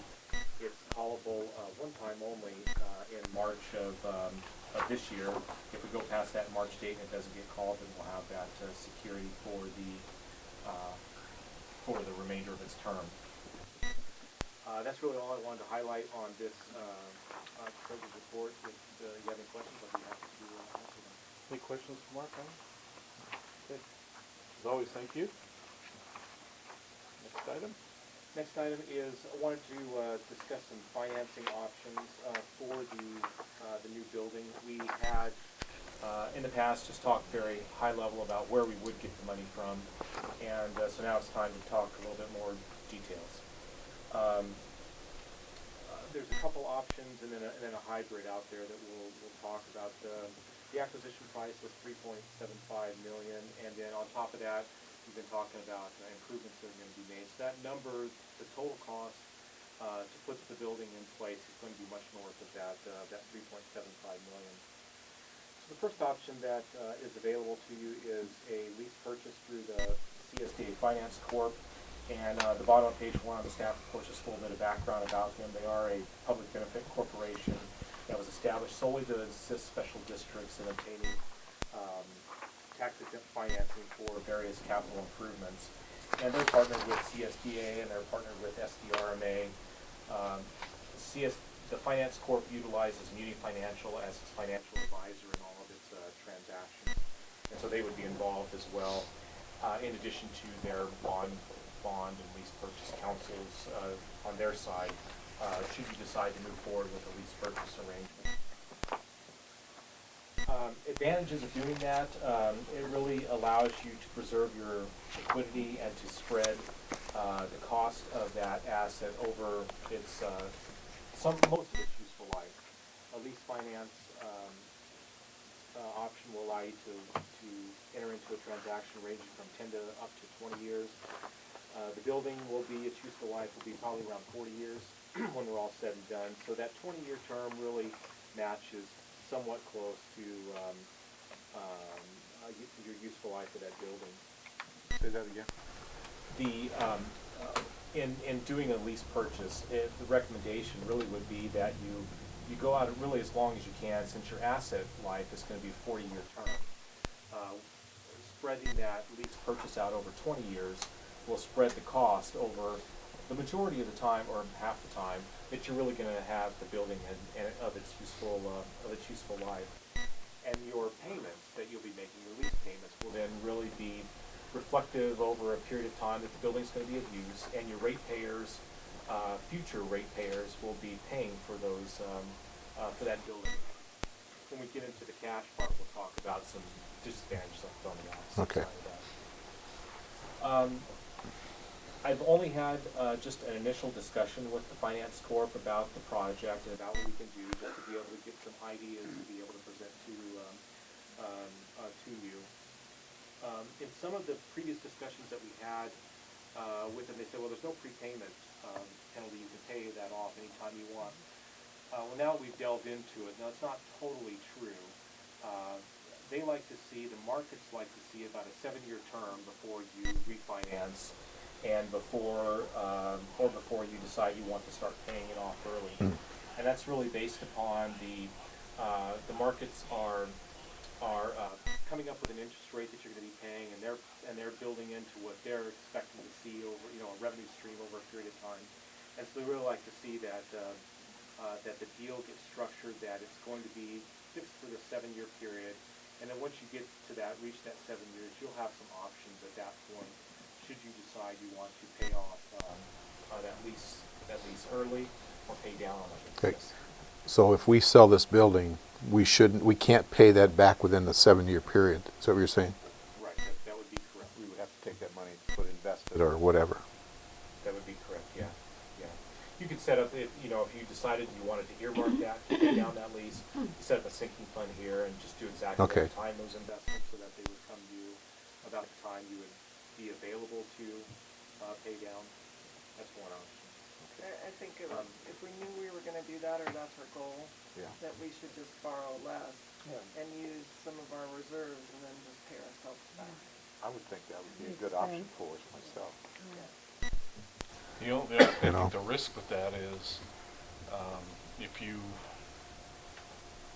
may not get the full amount that you're pulling out of reserve. In other words, if the building, if we're expecting the building to be 1.2 and it comes back at 800,000, you see what I'm thinking? I totally agree with what you're saying, but I think we would just be conservative and say, Yeah. if we need $4 million with, improvements, and the building is, guaranteed to bring in $1 million, we might get 1.2, but, it's not gonna be 800, then, it's just how much we're using in reserves, and we do have, a significant amount of cash. We did improve ourselves a little. In that scenario, then you go to Finance Corp and say, we want a lease option 2.9 or 2.7 million instead of the full 3.7, or and I'm just throwing numbers out there. Those aren't the right numbers, obviously. Is that kind of what you're saying? Yeah. When do we have to make a decision on that? I'll get into that. Okay. So that's the prepayment thing that we talked about earlier, a little bit different than now that we're starting to delve into it. The initial terms that were given to the Finance Corp was a principal, this is only for illustration only, a principal of $4 million. The rate that they came back with at the time, without looking at the creditworthiness of the district, was 3.5%. With a term of 20 years, your annual lease payment would be $281,000. Now they can structure that. Typically, they will do just an annual payment, principal and interest every year. They can break that down into semi-annual, maybe quarterly. They don't want to go any more frequent than quarterly. Annual, semi-annual is the most common for this type of structure. What the process would be if you decide to incorporate this into your way to be able to finance the acquisition is, ideally tonight you would give direction to staff to proceed. At that point, we would let the Finance Corp know, we have an intention that we want to enter into some type of thing. We don't know the amount yet, but we want to move forward. What they'll do is they'll prepare a resolution that we would bring back to a future meeting to formalize that process or your intent. And then during that time, we would work on fine-tuning the total amount that you want to include, the amount you want to borrow. They would prepare all of the financing documents for us. For our review, your general counsel would need to review those financing documents. They would also, general counsel would need to provide an opinion on the financing documents before they would move forward. Mark, Yeah. who did you talk to? Was it Rick? No, it's actually the people at Muni Finance. Bill Morton at Muni Finance. CSD Finance Corp they won't give me the numbers. It's all outsourced. And so I'm dealing with the people who will actually Okay, be well, working with. I was up there the day after they met, and so I just alerted them that, we were interested and, kind of touched on it. And they were real excited over it, naturally. And so, anyway, Rick, of course, being the treasurer, he said, the interest rate's great. This is a good time to do something like this. They only meet quarterly, so if we decide on this tonight, it'd be in May that they would meet again. Well, that's not at all what they passed along What they to said. me from a timing standpoint. They said that once you Commit. decide, whenever Yeah. that may be, they can usually have a program in place in 45 to 60 days. But how would the finance corps be able to approve it? They have to. I don't know the answer Yeah. on that side. This is just with the Yeah, I financial advisor Yeah. timing that it was involved. Interesting, because they only meet quarterly. Well, my guess is the underwriters, people with They're the just finance, take it. they're gonna approve it. Yeah. And They'll wait. For lack of a better way of saying it, the finance corp at CSDA just rubber stamps and says you have to go forward. They ratify it after the fact. Yeah, I mean, probably after the that fact. would be a normal, I mean, if finance corp Okay. is only approving programs every quarter, Yeah. there'd be a lot of people that would be not Yeah. using them, Yeah. I think. Are they it sounds like a good deal to me with the Yeah. interest rate. Oh, yeah. Three and a half. Is there Yeah. any reason for us to shop around with other products? Well, from a financing standpoint, I think that this is a good way to go because the costs are going to be down to you. This is what they do, and Muni Finance is when they look at the credit worthiness of the district and they look at what your package is that you're wanting to lease purchase, then they're going to go to the market and they're going to shop it for you, and they're going to come up with a few different underwriters that they may end up funding this particular deal. And it doesn't show up as debt, right? It does not show up as debt correct. Well, no, it will show up as a lease. It's going to be a capital lease, so it will show up as a capital lease on your books on the accounting side. But I think, the thing here is, you're asking about Muni Financial is, they're the people you go to when you're gonna issue a bond to, build a whole new, city hall or something like that. So this is kind of like almost like the Yeah, I know trans some and different things we products, do yeah. where they've Yeah. got this really streamlined, and I don't think, going out, ourselves or going to Muni Financial directly, we would get a better deal. I think they probably got the cost and. Now, would we, it's probably gonna cost us $200,000 or $300,000 to outfit that building. I mean, just with furniture, I'm thinking. Would we pay cash for that, or would we, finance it? I think that's all in the boards. I don't want to take away from this field, but,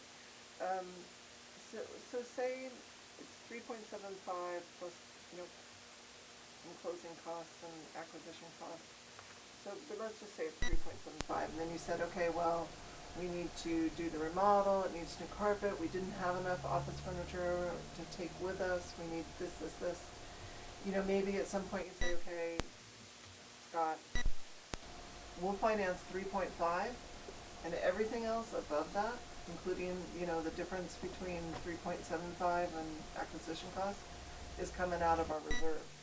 So you're gonna have to come to us and, every time you wanna do something,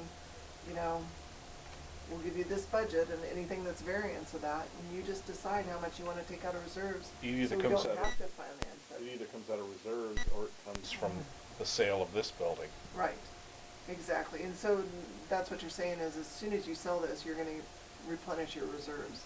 So how much is that gonna be? So maybe you say, the total total budget, you guys will not spend more than 4.5. Okay, that's everything. And so we'll finance 3.5. We'll use reserves temporarily, because it always takes a while to, you know, build and spend money, for $1 million. And when we sell the building, we'll put that back into our reserves and we'll be whole again. So the ratepayers will only pay, and I think Mark figured out that at 3.5, 4 million is around a little less than 300,000 a year. You said 280. 280, which is right now, this year, in the current year budget, we increased our rates for the sewer, the 2%. That's about 280,000.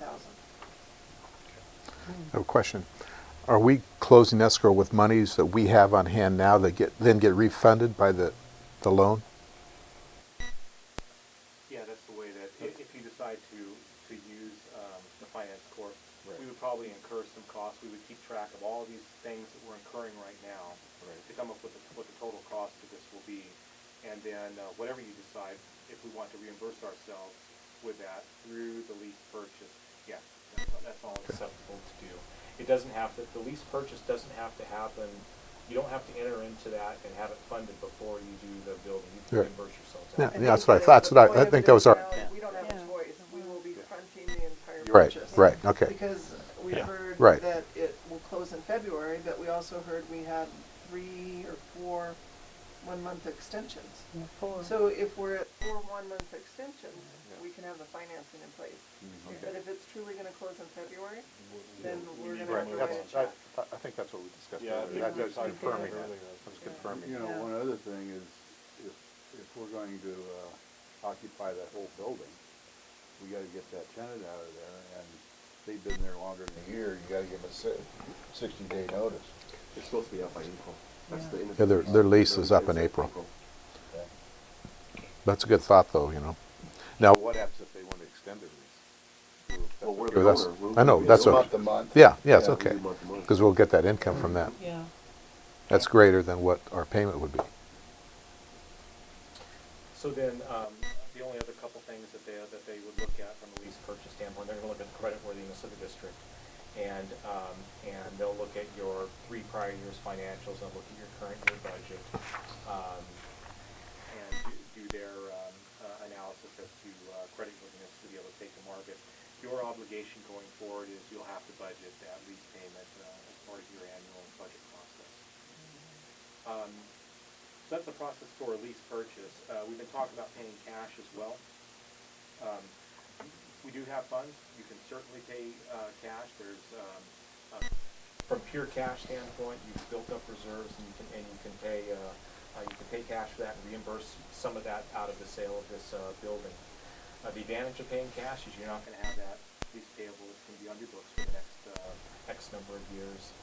Disadvantage is you might weaken your financial condition a little bit. There's going to be a net negative cash between what you'll get from this building and what the outlay is going to be from the other building. One of the options that potentially could be available, if not listed in the staff report, is the possibility of some grant funding. That may take a little bit of time for staff to dig into to see if you could get any kind of funding for probably the ADA improvements that you're going to have to do. You know, whether there's opportunities through the city to be a subrecipient of some of their federal funding to help defer some of these, or grant fund some of these costs. The downside of that is going out and getting any of that federal funding. There's going to be some monitoring requirements that's going to happen. You hit over $750,000, now you're going to have a federal single audit that's going to have to be done. That's going to be more audit costs that will have to happen. But it's something that's out there and that is available to you. The likelihood that you had all been talking about really is the best approach is probably a combination of both. Combination of paying cash, you know, with the money you have in your facilities revolving fund. You drew that down to 0 when you purchased this building. I would envision you would probably want to do the same thing in your next building. It's there to be able to use for district facilities. That's an allowable use. Draw it down to 0. And use those funds because they are restricted for that. You always want to use your How much is in there right now? 570,000 about. I'm a little bit intrigued by the grant thing, and I appreciate you bringing that up. I had mentioned something to Scott about looking at a solar program. I mean, that could be, I mean, there's got to be some incentives and some kind of, I'm not going to call them a grant, but there's got to be some incentives and some rebates and stuff to do some of, I mean, landscaping might, I mean, all of that stuff from a grant standpoint kind of intrigued me a little bit, so I appreciate you saying that. Mr. Mosier, you're not on for this number, but if the board's okay, we're going to let Mr. Mosier contribute. Sure. Okay. Before you start, record to reflect that Director Uten has to leave. Oh. Good luck. You voted. Go ahead, Jim. I'm gonna get my expense reimbursement form. This is not one of the items that I read, and therefore I didn't know I had anything I I'm wanted gonna to add say it. about it. Okay. What I wanted to say is, while the discussion was going on, I noticed there is a discrepancy between the public notice that came out in the agenda and the staff report. I don't know what the urgency of making a decision is, but the agenda that the public saw, which is the controlling thing, says that you're simply going to be receiving an update on finance options, and the board will receive an oral report. And then I look at the staff report, and it says you're being asked to approve option 1. I did not have known that from the agenda. So if the board thinks it's an important matter that you need further discussion on, it sounds like perhaps that is the case. You have very valid reasons for putting it off until it actually appears on the agenda that you're being asked to approve something. Yeah, I don't think we're going to be asked to approve either one of these options tonight, are we? The report is saying staff recommendation is to approve option 1. Oh, I see. And it's the only place Yeah, that you're I've right. seen where the agenda is something different than the standard or the Yeah. and I thought maybe it was Rush. We don't, because we don't know what direction we're going to go right now anyway. I know, I kept You know what I talking mean? it too. It's not on. It says right here on this one. Approve. Yeah, I just heard, I I thought you appreciate didn't that. ask for a decision. No. No, I had not planned to make a decision tonight because we don't know all of the facts yet, do we? We don't need it. We don't need to determine option 1 or. At some point, you Yeah, will we need do. to, yes, when on this item, I was prepared to, looking for some direction from the board as to your thoughts as to how you were thinking about financing that. And if that financing involved at all the CSDA Finance Corp, that you would provide direction to us to initiate the process with them. Doesn't mean you would actually enter into anything with them down the road, but we would want to start that process. Staff would need to sign a little intent with them, and we would not want to sign that intent without your general direction. But yeah, I was actually seeking direction at this meeting. Would we be violating the Brown Act by doing it because it wasn't posted in that way? What we can do is you can have a general discussion, and the treasurer can listen to your discussion, but we can't take a vote. Okay. We would have to do it at our next public meeting. Right. But we could give them direction.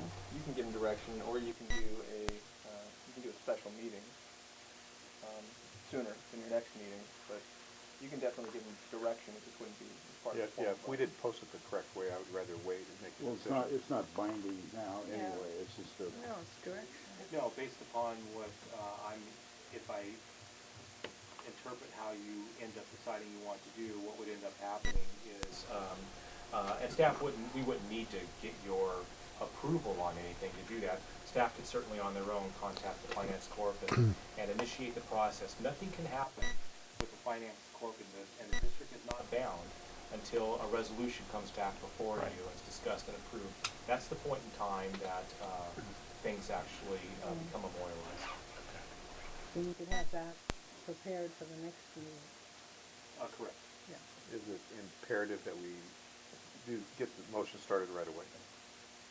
You mean the What the- financing? Yeah. No. There's no rush that happened. It will take. They had said 45 to 60 days to be put in place. So really, your risk is one building does in fact close, and you're out of pocket the cash for the purchase for a period of time until the financing gets put in place. That's your risk. So, we have to put $500,000, right, in escrow? That would come out of cash, right?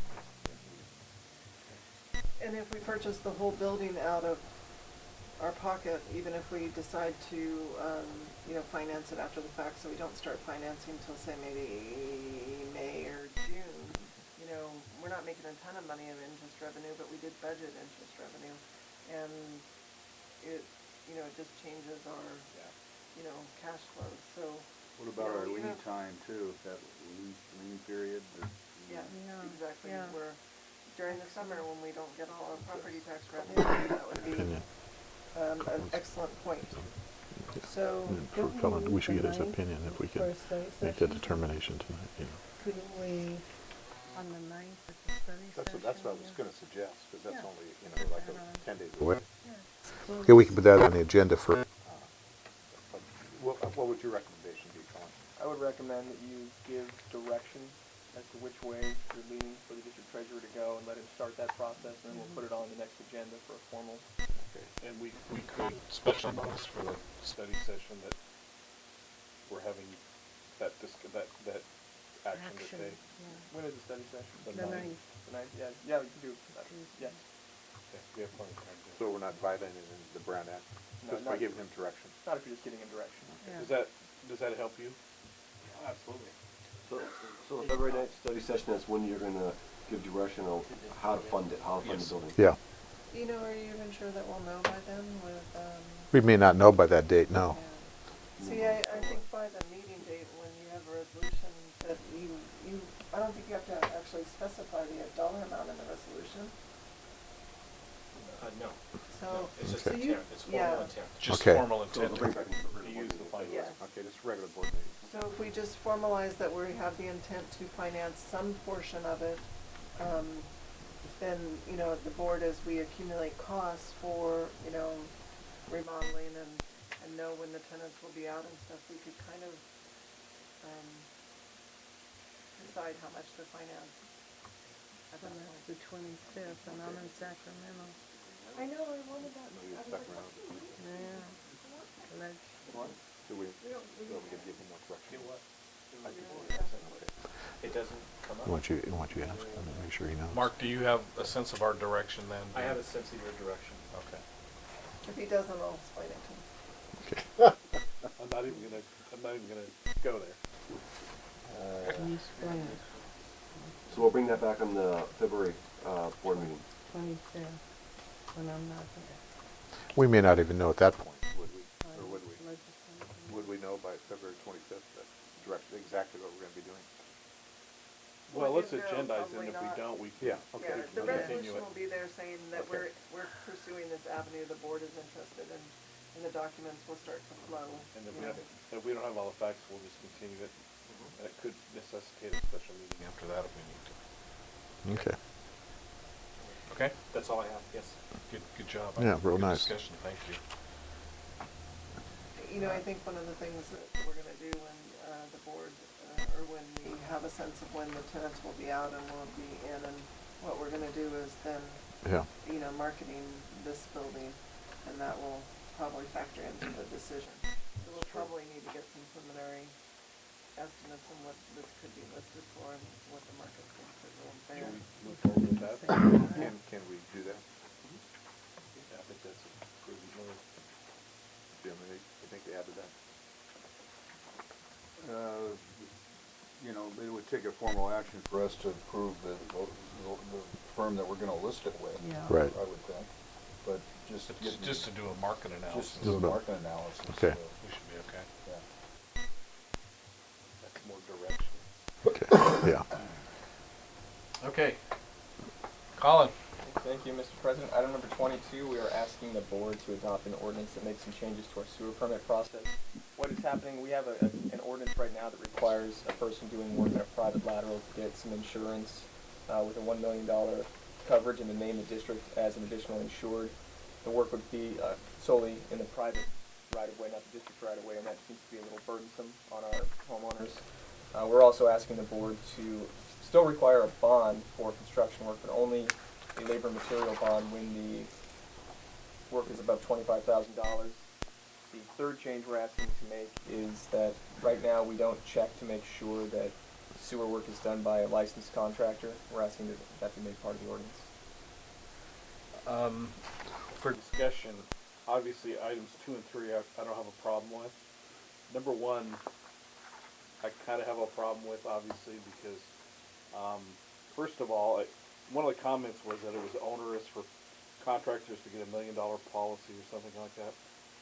No, I don't know of any insurance company anymore that writes less than $1 million on all their policies. I know the contractors' policies that I write, it's $1 million. The thought that it's on a private piece of property and doesn't affect us, I understand that part of it, and I don't have a problem with that. This doesn't change anything where we have a contractor that's touching anything that is under us, right? This is simply for private property permits, right? I know we had a situation that you guys were just involved with the Finnegans. Yeah. Okay, that was all on private property. Well, actually, they ended up going out into the street, but they were working on their own lateral, so it was private work, but it was in the public right of way. It essentially ends up that every plumber that comes in to, he's gonna do a hydrodedded line and might find some roots and end up taking it out or putting a clean in. It's a couple $1,000 works max. You would have to make them get an insurance bond, name us for every time, and it's had the ordinance, but we haven't been checking it. Yeah, I understand the thought process behind the additional insured part. I mean, I don't see that as being an issue. It's just, I guess maybe I'm thinking that if I hire a plumber to do any kind of work, they're going to have $1 million. They're going to have a liability policy, and so I just want it clear that Well, I'd be opposed. additionally insured doesn't cost anything anyway, does it? It depends on which company. Some brokers will slap a $50 or $100. I've never had that. My company doesn't charge it, but there's a lot of brokers that charge a broker fee for doing stuff like that. Mr. President, I spoke incorrectly. That we do allow someone to pull a sewer permit and tie into our line that does involve construction on our sewer main. And that person has no insurance. Or I shouldn't have said that. We do not check for their insurance. But when it is a project that is a district project, that is for our facility, none of this has anything to do with that. Okay. Attorneys have made a comprehensive contract, bonding, insurance, all of that. So this is not that. What happens is that someone walks in to pull a sewer permit, and it can take a week to get this insurance straightened out. No, A week's good. That coverage. Yeah. So it just clogs up the entire system. Are we asking now for to show us their policy? No.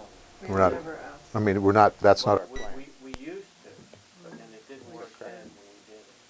Basically, if we check that they're a licensed contractor, then as a licensed contractor, they have insurance. And so we would have to go over, through the state and have any substandard work, access their bond through that. I mean, it's only like a $12,000 bond usually or something. Believe me, that they to have, assume that a licensed contractor has insurance is a big assumption. Can you But- respond on that? As far as whether we check to see if I mean, do we need to check or not? do we need to check for a person if they're not touching district sewer? Yes. I don't think we do if a person's not touching district sewer. I and, agree. and the way I read this ordinance is, I apologize, Mr. President. That's right. Go ahead. Okay. The ordinance says insurance shall only be required for permit if work will involve district facilities or Right. work in the right. Because it says will involve district facilities. That tells me if it's going to tie in, that involves district facilities. I wouldn't think that. I would think that even if it's a completely private lateral, if they're Right. going to tie into our main, they would need to get insurance under the way the ordinance is proposed. Well, we don't normally, we never have really stuck to that philosophy. Well, this is for the proposed ordinance. I understand. So what I'm trying to say is that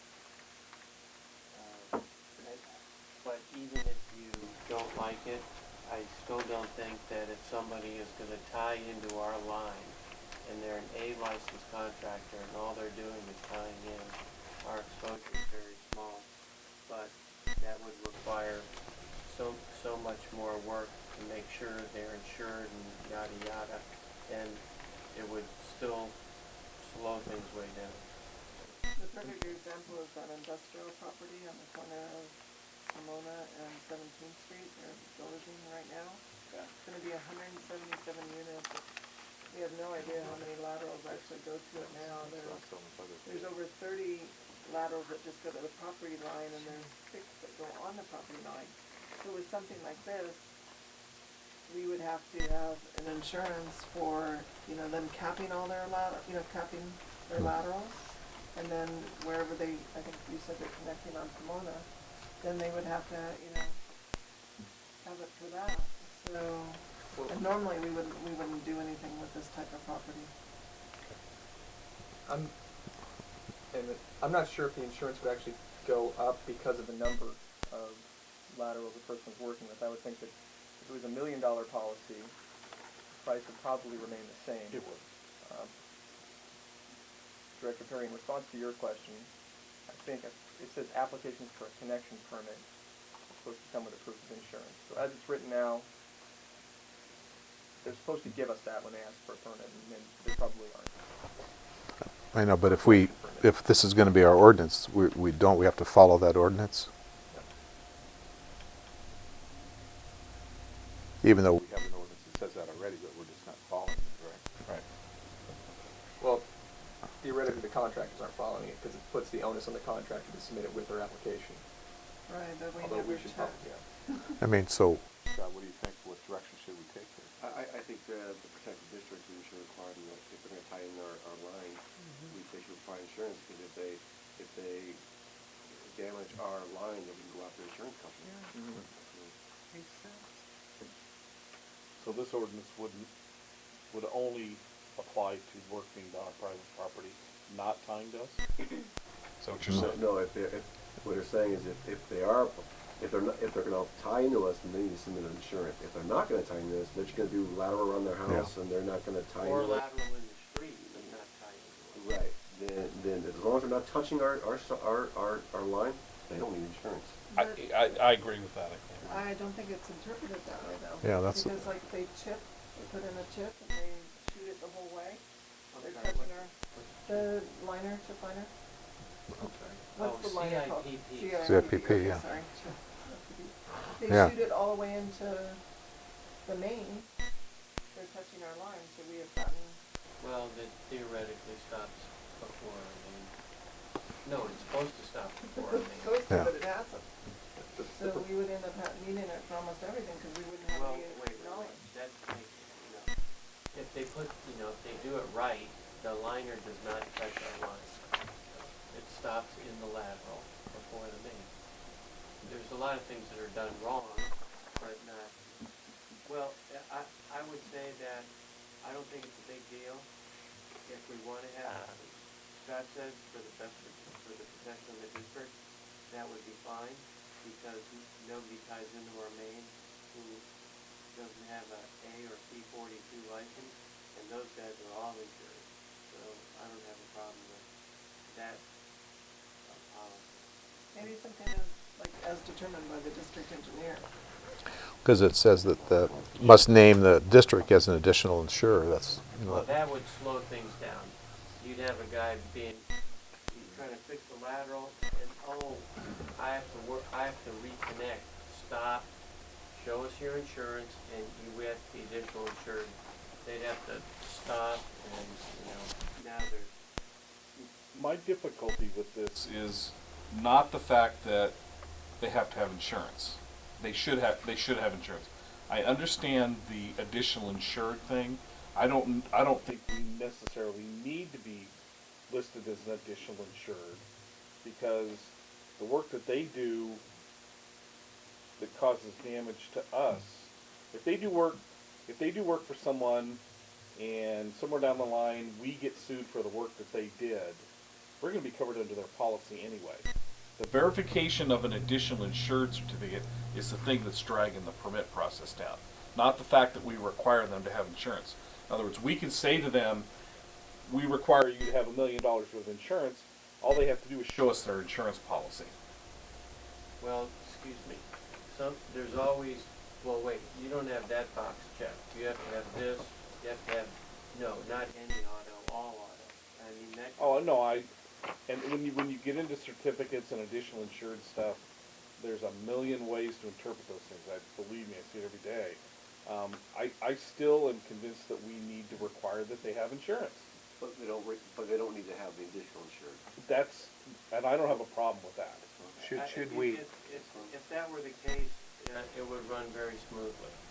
Should we table this item until the next meeting so we get more understanding between the law and what we want? I think it'd be. Is that okay? I think that'd be, because we're no rush for this, because. We want to make sure it's right. I think that's a good idea. I totally understand, and again, I see it daily. It's the getting the additional insured documentation is what slows insurance. It does. Every it takes me 10 to 15 days to get an additional insured document out of my company. But see, we don't want to approve an ordinance unless we're all in agreement and it's going to work for the district. You know what I mean? Yeah. So if we table it, I mean, that's my motion, to table it. I don't know if we have a second or not, but until we get more understanding with the. I'll second it. Okay, so then we have a motion and a second to continue the item for more. Pardon? No, it could be for, it's not really us, it's. We'll put it in the next board meeting in February. Okay, Do so we need come back with that, Do we need because to talk about it at study session? we could.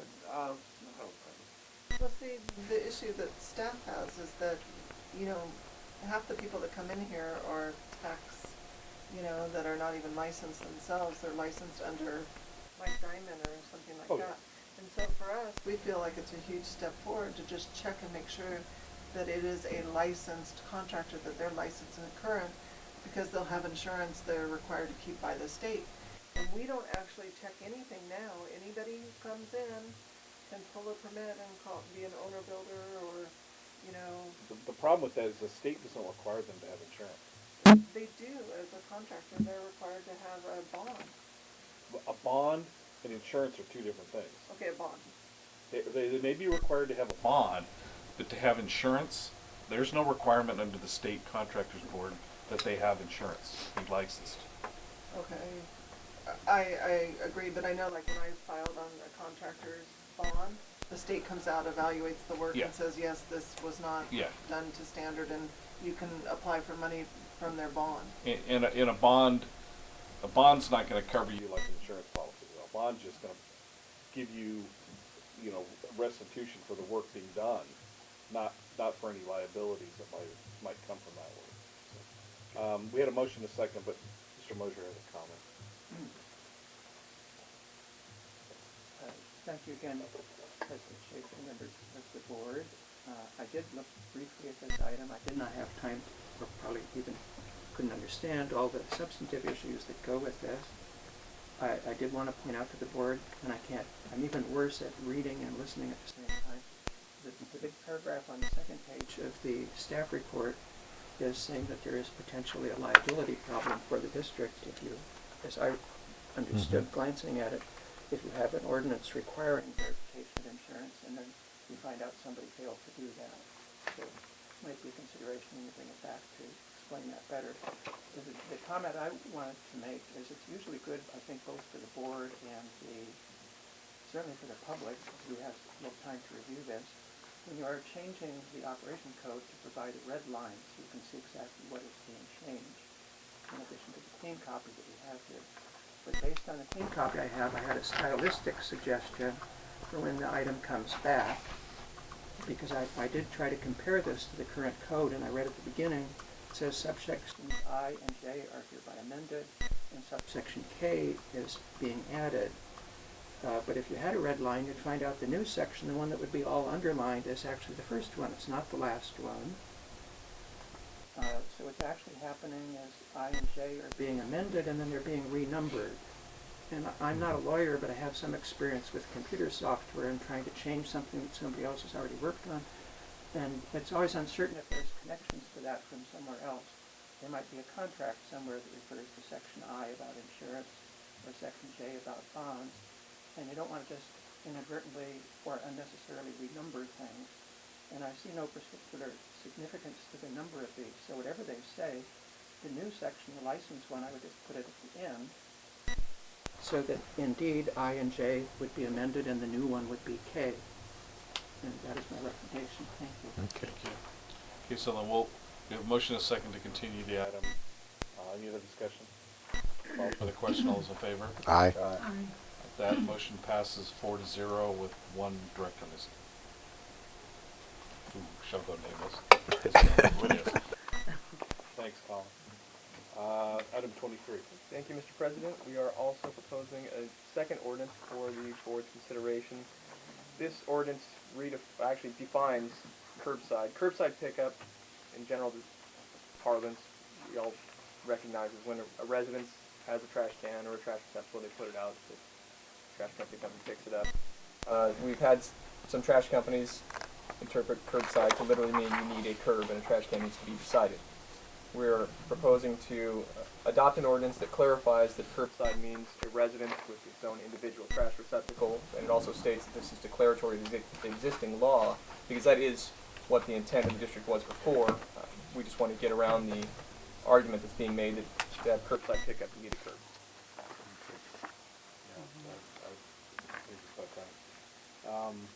Any other discussion? And Mr. Mosier, you again have this item on your checklist.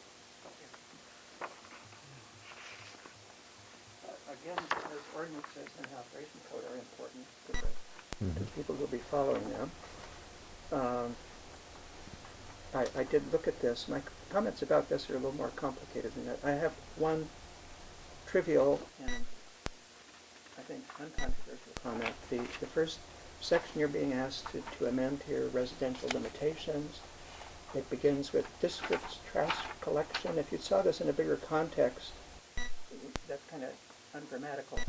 And you'll see all the other paragraphs around it begin the district's this and that. So I would suggest putting in the word the district's trash collection services are limited to blah blah blah. So I would insert the word the.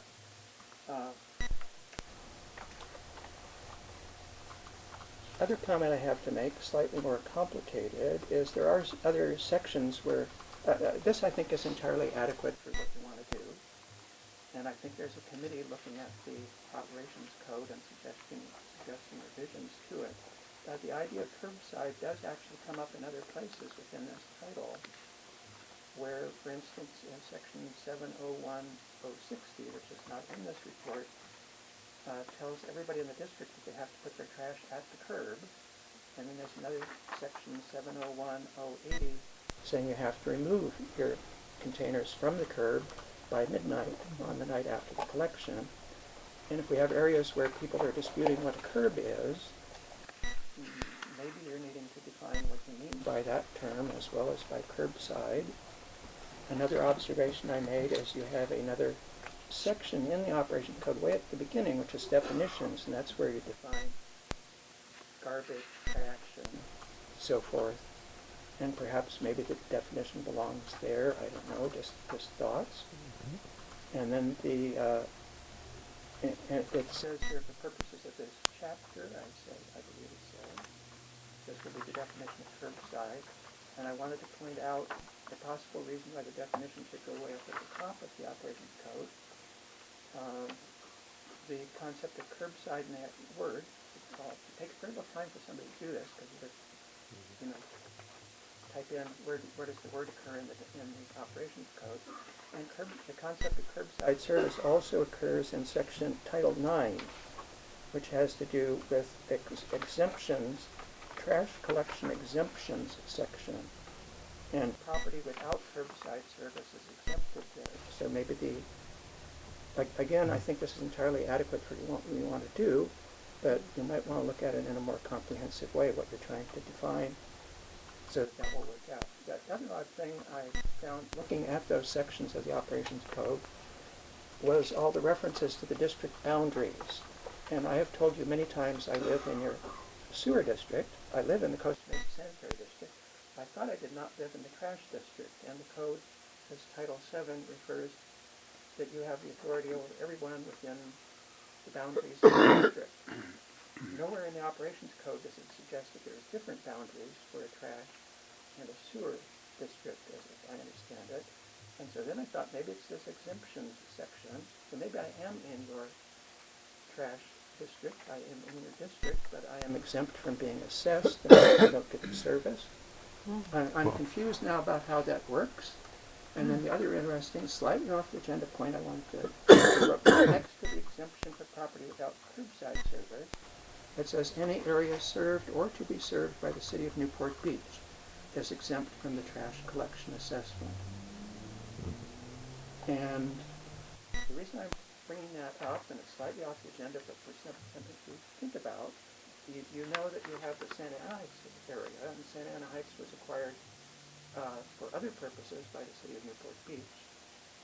And they and you were under the impression it would be a very complicated process for them to take over the trash collection there. But it would appear to me under your operations code, if they just said we're going to be the trash collector, the people there would be exempt from your assessment. So I'm wondering if it would be that simple for Newport Beach to take over the operation there, because it says any property served or to be served by Newport Beach, which is what I am. I'm kind of grandfathered in, but it says both served and to be served. So, point that out to you. Scott, did you have a few of those down? Because when we meet again with the ad hoc committee, we should look at that a little closer, because I don't think we looked at that specifically. No, we didn't. Actually, excuse me for interrupting, but Mr. Mosher is correct.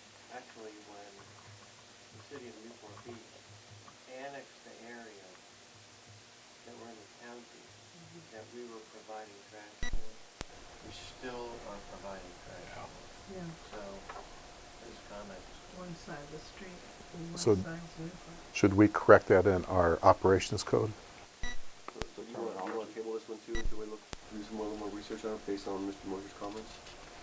Well, I think what we've done here, and I think Mr. Mosher agreed, this takes care of what we need to in terms of defining curbside.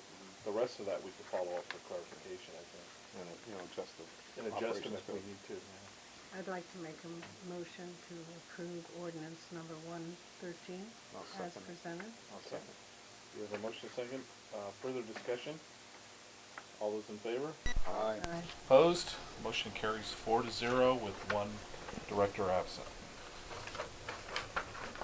Okay. 24. Thank you, Mr. President. Proposed for your consideration is the adoption of a resolution authorizing the purchase of property at 290 Paularino. This essentially gives authority for the President, Secretary, District Manager, Treasurer, and Finance Manager to take steps and sign documents, transfer money, to consummate the purchase and escrow, and sign any deed or other title documents necessary to adopt property transfer. Discussion? I thought we weren't gonna do this until, What's on the agenda? It's just a resolution giving them the authority if we get to that point. I think it's okay. Yeah, Yeah, Alan it's thought it about was appropriate to have this. I think it's an official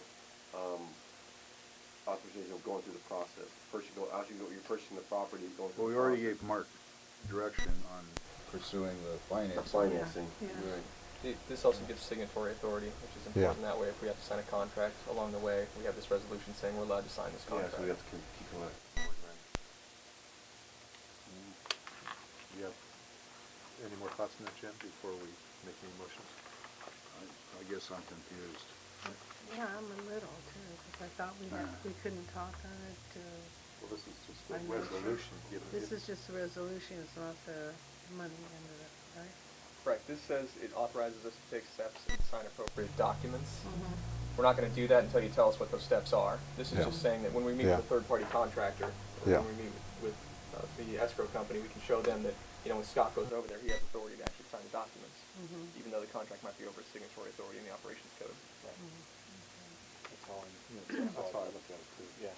Okay, so I'll move resolution number 2016-876. Move approval. Approval. I'll second the motion. Okay, any other discussion? All those in favor? Aye. Opposed? That motion carries 4-0 with one director not present. You're on a roll, bud. Keep going. Thank you, Mr. President. Item number 25 is simply a receive and file. It's a copy of the petition for review that was filed with the State Water Board dealing with our two spills. It has been filed. This is just giving the board a copy of the petition. The state, or the regional board, has 30 days to file their opposition to our petition. We haven't received it yet. When we do, we'll bring that back to the board. When did we file it? I believe it was filed in mid-January, and I thought I saw January 8th as the date on it, but I have to. So they have to, within 30 days, respond to that? Yes. So that's another week or so. And I have a hunch that it'll probably be filed at the last minute. If they take no decision, Well, it would be the regional board not filing an opposition, so the state board would still make a decision on it. They could just grant the petition based on the petition itself, and they could not take any action, which would give us the ability to go to the courts and pursue that system. I really appreciate the petition right up front, the inclusion of the coast keepers thing. So that was significant, and the way you guys worded that right up front with it, I appreciate it. I like the part of the 90 minutes we only had. Yeah. Yeah. Okay, so that's a receive and file. Any other discussion? No, good. Great. Yeah, We've got a week to go. Thank you. Okay, that takes us to our local meetings section. Jim, I think you're first.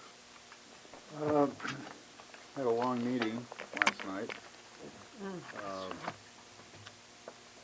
One thing of interest was, you remember Irvine and East Orange County were fighting over the Tustin sewer line. Well, Irvine Company won. Oh, really? Yeah. Oh my God. Yeah, they won. What a surprise. And, so that took place last night.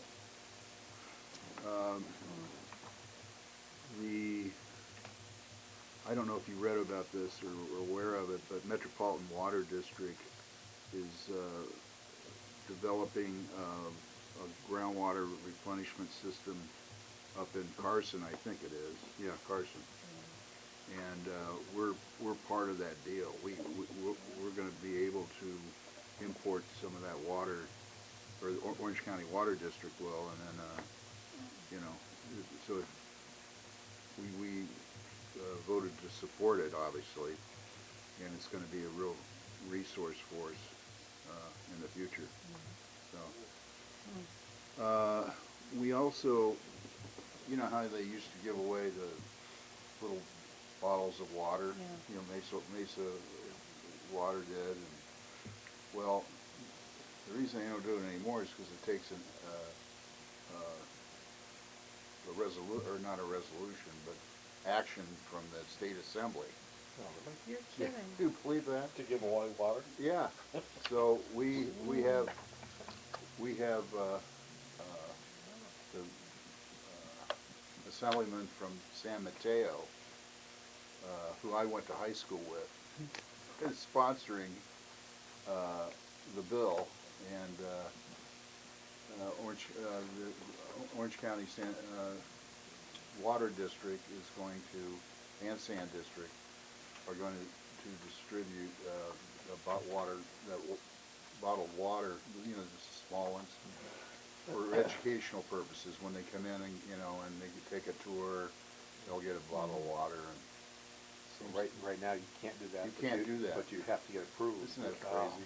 Does that mean that Mesa Water District They could haven't do done it. that? They haven't done it. No, I know they haven't, but I'm saying, does that mean that they could have small bottles and distribute if they had a meeting? I don't know. I mean, what is the criteria if they for a change the meeting? law, Yeah. then I guess it would open it up for Yeah. everybody, but Interesting. which Huh. so that was kind of interesting. We had a business person come up and speak to us that's in the business of cremation of animals, I don't know if you've read about that. Yeah. Liquid cremation. Yeah, yeah. And the issue was, That doesn't That's, jive. that's decomposition. Liquid cremation? Is how do you say that word? Decomposition. It's Yeah. not- Fire is. yeah, What is it? well, I don't know. I really don't know, but, What did they talk to you on? well, the Orange County Sanitation District would not give them a letter telling them it's okay to put the, whatever the residue is in the sewer. Oh, okay. Because we process that in the groundwater replenishment Oh, gosh. thing, and, I mean, Not you don't to- know what we went, well, you do know what we went through, Yeah, yeah. trying to get, To get it. everybody comfortable with Right. the fact that we're, toilet to Sure. tap. Yeah. Well, Oh, my God. anyway, bottom line is, it kind of went back and forth, actually. A bunch of people were saying, yeah, let them do it, and I stood up and said, hey, this is a very fragile thing that we're dealing with here. And Yeah. it took us millions of dollars and a lot of time and effort to get where we are today. And, if you start spooking people about what's going on. And this is before they told us that flow that comes into the plant, it doesn't go to the groundwater replenishment. They told us that after I did my spiel. Oh, gee. And I said, so I said, well, then the answer's easy. I mean, let them do it until, but also have them test, have our scientists test the water, see how it is. And it's not going to the groundwater replenishment now anyway, and it won't for probably 3 years. It'd take us that long to get that approved. So anyway, it was very contentious. It must have lasted an hour. Oh, my God. Yeah, how We did it go? voted, and we all voted to let them go because it Oh, my wasn't harming God. anything. It wasn't going into the groundwater replenishment. Little did I know that until somebody Really? brought it up. So all those goldfish that got flushed, it was okay, right? Yeah. Anyway, that's it. Sorry. Oh, very nice. Okay, yeah, I just came back from the SARPA meeting right before the meeting. There's two things. One, the grand jury is requiring an audit of all the agencies. Yeah. So our audit costs, which we give him approval for, is $7,500 for our small organization. It only has like $7,500. $7,500. So, and because of that, that's going to raise the fees for all the agencies. There's like 21 agencies. So our fee is going to go from $1,100 to $1,300. So that's coming down the line probably next year for SARPA. Well, did he go out for an RFP on that? Well, no, he just went to one organization, but that's what we talked about. He says we need to. You can get it done cheaper. I know. It's going 1,100 to what? 1,300. And this is all I know. because of the grand jury. Yeah, that's Oh, the Which will recommendation. change next year anyway, so. I know, Yeah. but I that's, don't know their ass from a Yeah, hole in they'll the ground. change. but we're required to do it every 2 years. So Okay. that assessment will cover the cost of 2 years. Oh, that's ridiculous. So that's how we left it. And then we Yeah. voted, all of the people present voted, said yes.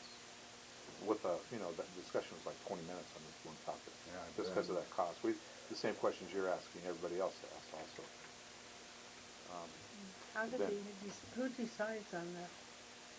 Well, the committee, the executive committee that we were on. No, I mean like The 7,500? yeah. Well, that's the quote that he received to do it. Because most agencies, I guess, Mark, maybe you could answer this, most agencies don't want to do small budgets, do they? Mark? Well, they could do that in about an hour. I know, most auditing agencies don't like small audits. It depends.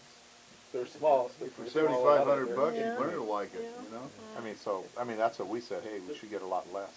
The hard part is, there's certain things you have, regardless of the size of the agency, there's certain minimum things you have to do, and that just takes time. Yeah. And so there's, $7,500, I'm thinking, that's pretty cheap. There's not a lot to do, but there's certain things that they have to do. So that's basically what he said. Our audit fee is $10,000. So, Yeah, but this is small. The budget's $40,000 a year. We call it minimum premium in my business. That Yeah. could very well be building in some risk that they're perceiving because this was being requested by Grand Jury. Yeah. Yeah, but they This has change been around for every 30 year. years. Yeah. That next year would be a different set of rules. See, I sit on the Formation Commission for the grand jury, and for CSDI, and we try to get into telling them about special districts and financially and everything. And, you know, by the time we get to it, and they met with us, and they said, you know, well, we'll look into it, and they'll be changing in June. So, you know. Waste Then, of time. then he also said that this could be lowered at a future date based on how much, once they get the format of the audit completed, then the next time we have an audit, it'll be a little easier. That's how we, Yeah. is that correct, you think? Yeah, oh, definitely. And there's, you know, audits like, what is it, what's the bike path audit? You know, everybody has these bike path audits, and Yeah. they all need to be audited, and they've got a template, and it's, you know, a set number of hours, and you just go and do them, so. Yeah, that's Once what he they get said. it Once worked it out, gets it's really rolled cheap. after the first audit, it Yeah. should be easier and lower cost after that. Yeah, definitely. Okay, so that budget You item may agree? change. No, well, it's most of the time when firms are bidding that, and we saw it when they did for this audit here, firms don't bid high the first year and then low in subsequent years. Oh, really? They'll even that cost out. They know that it is gonna take more time the first year, and you're gonna lose a little money the first year, but you're gonna make it up in subsequent years. Sure. But they won't bid. That's, if you're getting a bid like that, that's really unusual. They Well, won't that's what bid he told high. us. I don't know if that's gonna be accurate or not, but that's what he told us. Mm. Okay, then the second part of the meeting, we had a phone call from Washington DC. No, New York, from Jim O'Connell. And he's our advocate in Washington. And he said that the Army Corps of Engineers did really well in the budget from the president's budget. It went from 1.5 billion to the omnibus budget was 1.8 billion. So they got a lot more money to work with, which is pretty good.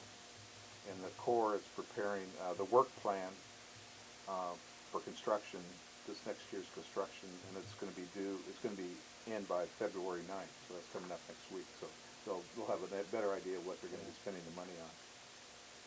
But there's a couple other to see. Okay, the feasibility study for the Westminster Winterberg's Channel. That's not going to be it's not going to be completed until like the middle of this year. So it's good timing because they don't think that the WRDA bill is going to be, it's not going to be in this year's budget because the legislature is going to take off like 7 weeks in a row because of the election and, and other, they're taking off 7 weeks in summer, and they're not even going to meet with, the Congress. So he thought that the WRDA bill is going to come in 2017, and that'll give us time to present our study for the Westminster Channel. So it's good timing. But, the study's funded, but the work is not funded yet. That's where the WRDA bill comes in. They'll wait till the new Congress gets seated. Yeah, that's true. Then you'll have to start all over again. Okay, that's my report on that. I had one other thing. Tomorrow at Orange County Sand District, SAPA is going to be there, and they're going to do a tour for anybody who wants to go, and a lunch. I think it starts at 10, and they got, I think, 60 people lined up so far. But if you're all invited, if you have an interest, that's at 10 o'clock at Orange County Sand District. Thank you. Okay, ISDOC, executive committee meeting last week, or week, whenever it was. Not really a lot to report. One thing we're really struggling with the ISDOC executive are our quarterly meeting programs.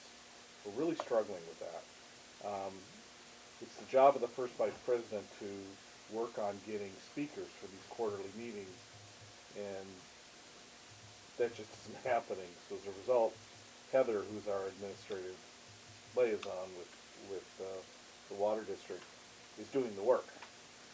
Well, we struggle with that, so I came up with a proposal that we do a committee, ad hoc committee of people to advise our first vice president on programs. So we've got 3 names, so we're going to institute that. I'm going to bring it up to our board next week. Today's quarterly meeting I thought was really good. El Toro Water District gave a really nice presentation on their district and what they're doing and how they were formed. It was kind of, it wasn't as good as Scott's presentation, but it was close. We also had the honor of having Frank Kent, good thing his first name, Frank Kim, the county CEO, speak.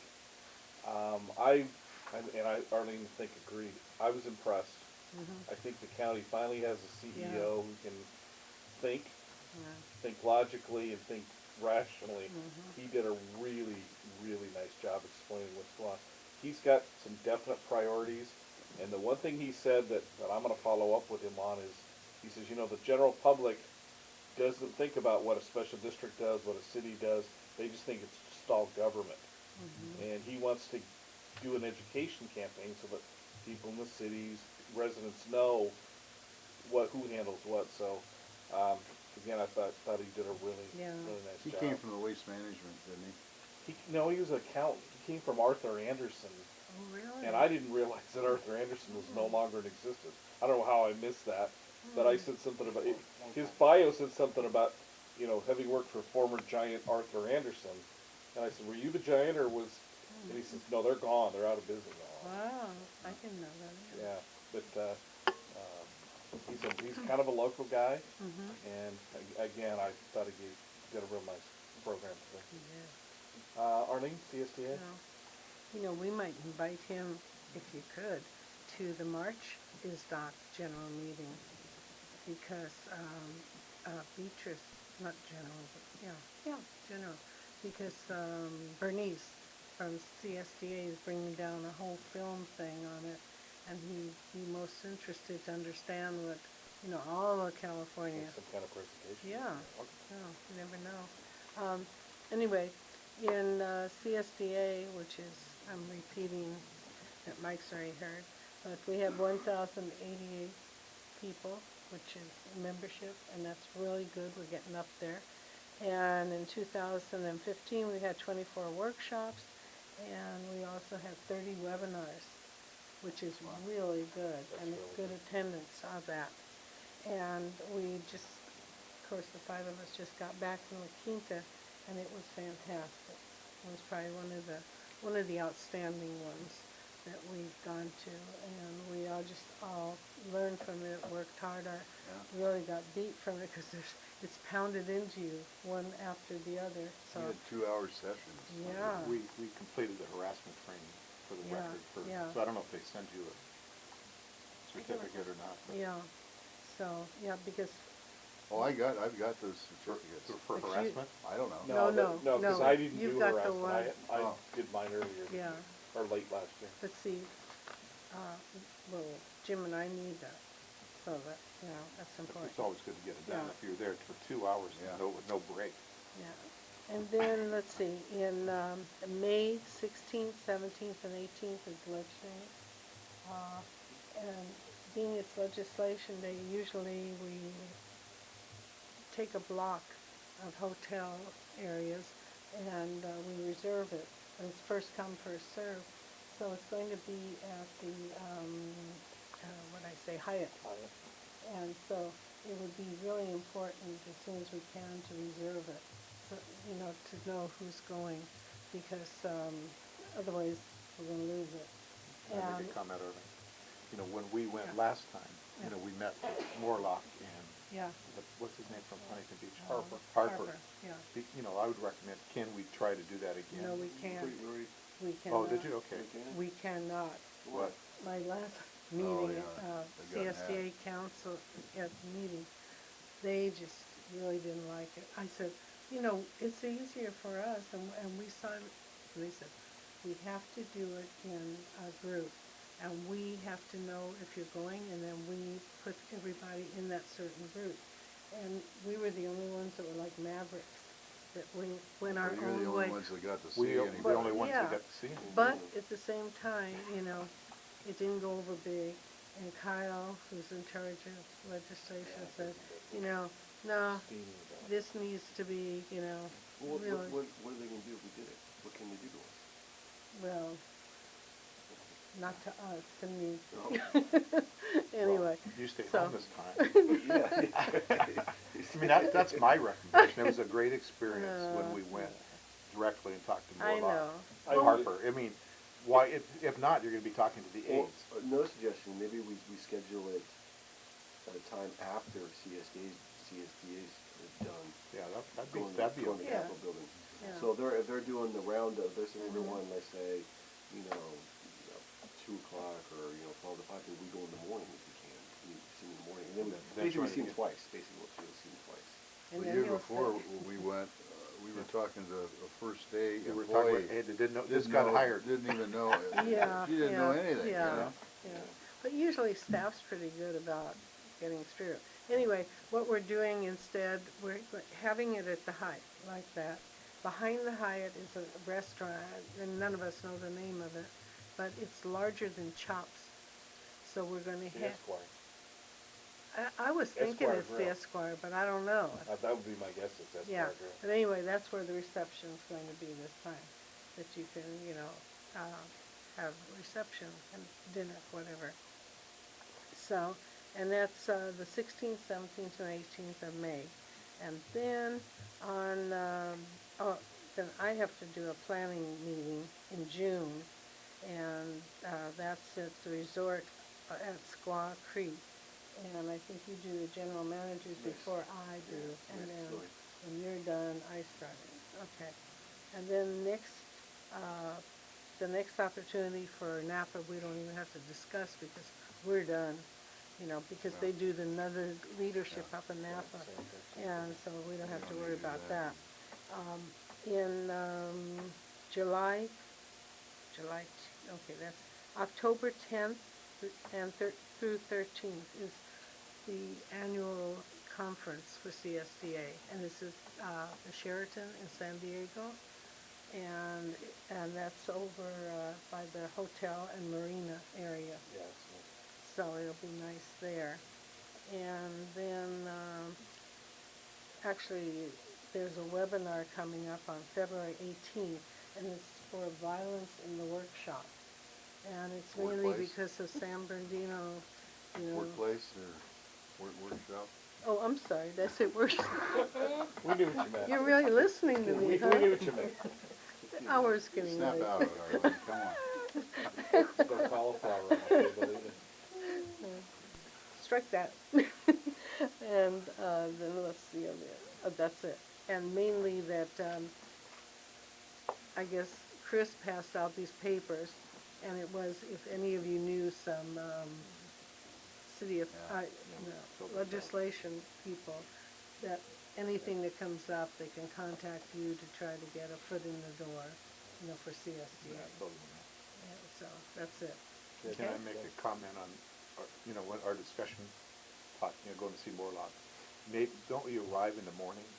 Can't you get an earlier flight? Well, that's what I'm saying, yeah. You get an earlier flight, see them that first day, because Right, then the right. CSDA's thing is the second day. Right. So- Or we just see it at a different time than when CSDA is going to be at the Capitol building. Because they'll have their conference during in the morning, Right. and then in the afternoon they go walk over to the Capitol building. Right. Well, maybe we go to the Capitol building in the morning and skip But the presentations are sometimes good too. Usually, we would go the 15th. Is that the and first day you arrive? That's a Sunday, where the 16th starts. Okay, so that may They not probably work don't out. wanna go on He's Saturday. probably not there either, because they're gonna be flying him at the same time. So it would have Most to of be them what? fly like up on Monday morning. Yeah. Yeah. Just a thought, I mean, just, or we can stay later and after and go after. if you can arrange it, so that's usually right after lunch or something, they go to the, that's just a thought. But I think if you can do that, it's a valuable experience for the board members. Absolutely. I think it's nice to have that one-on-one with our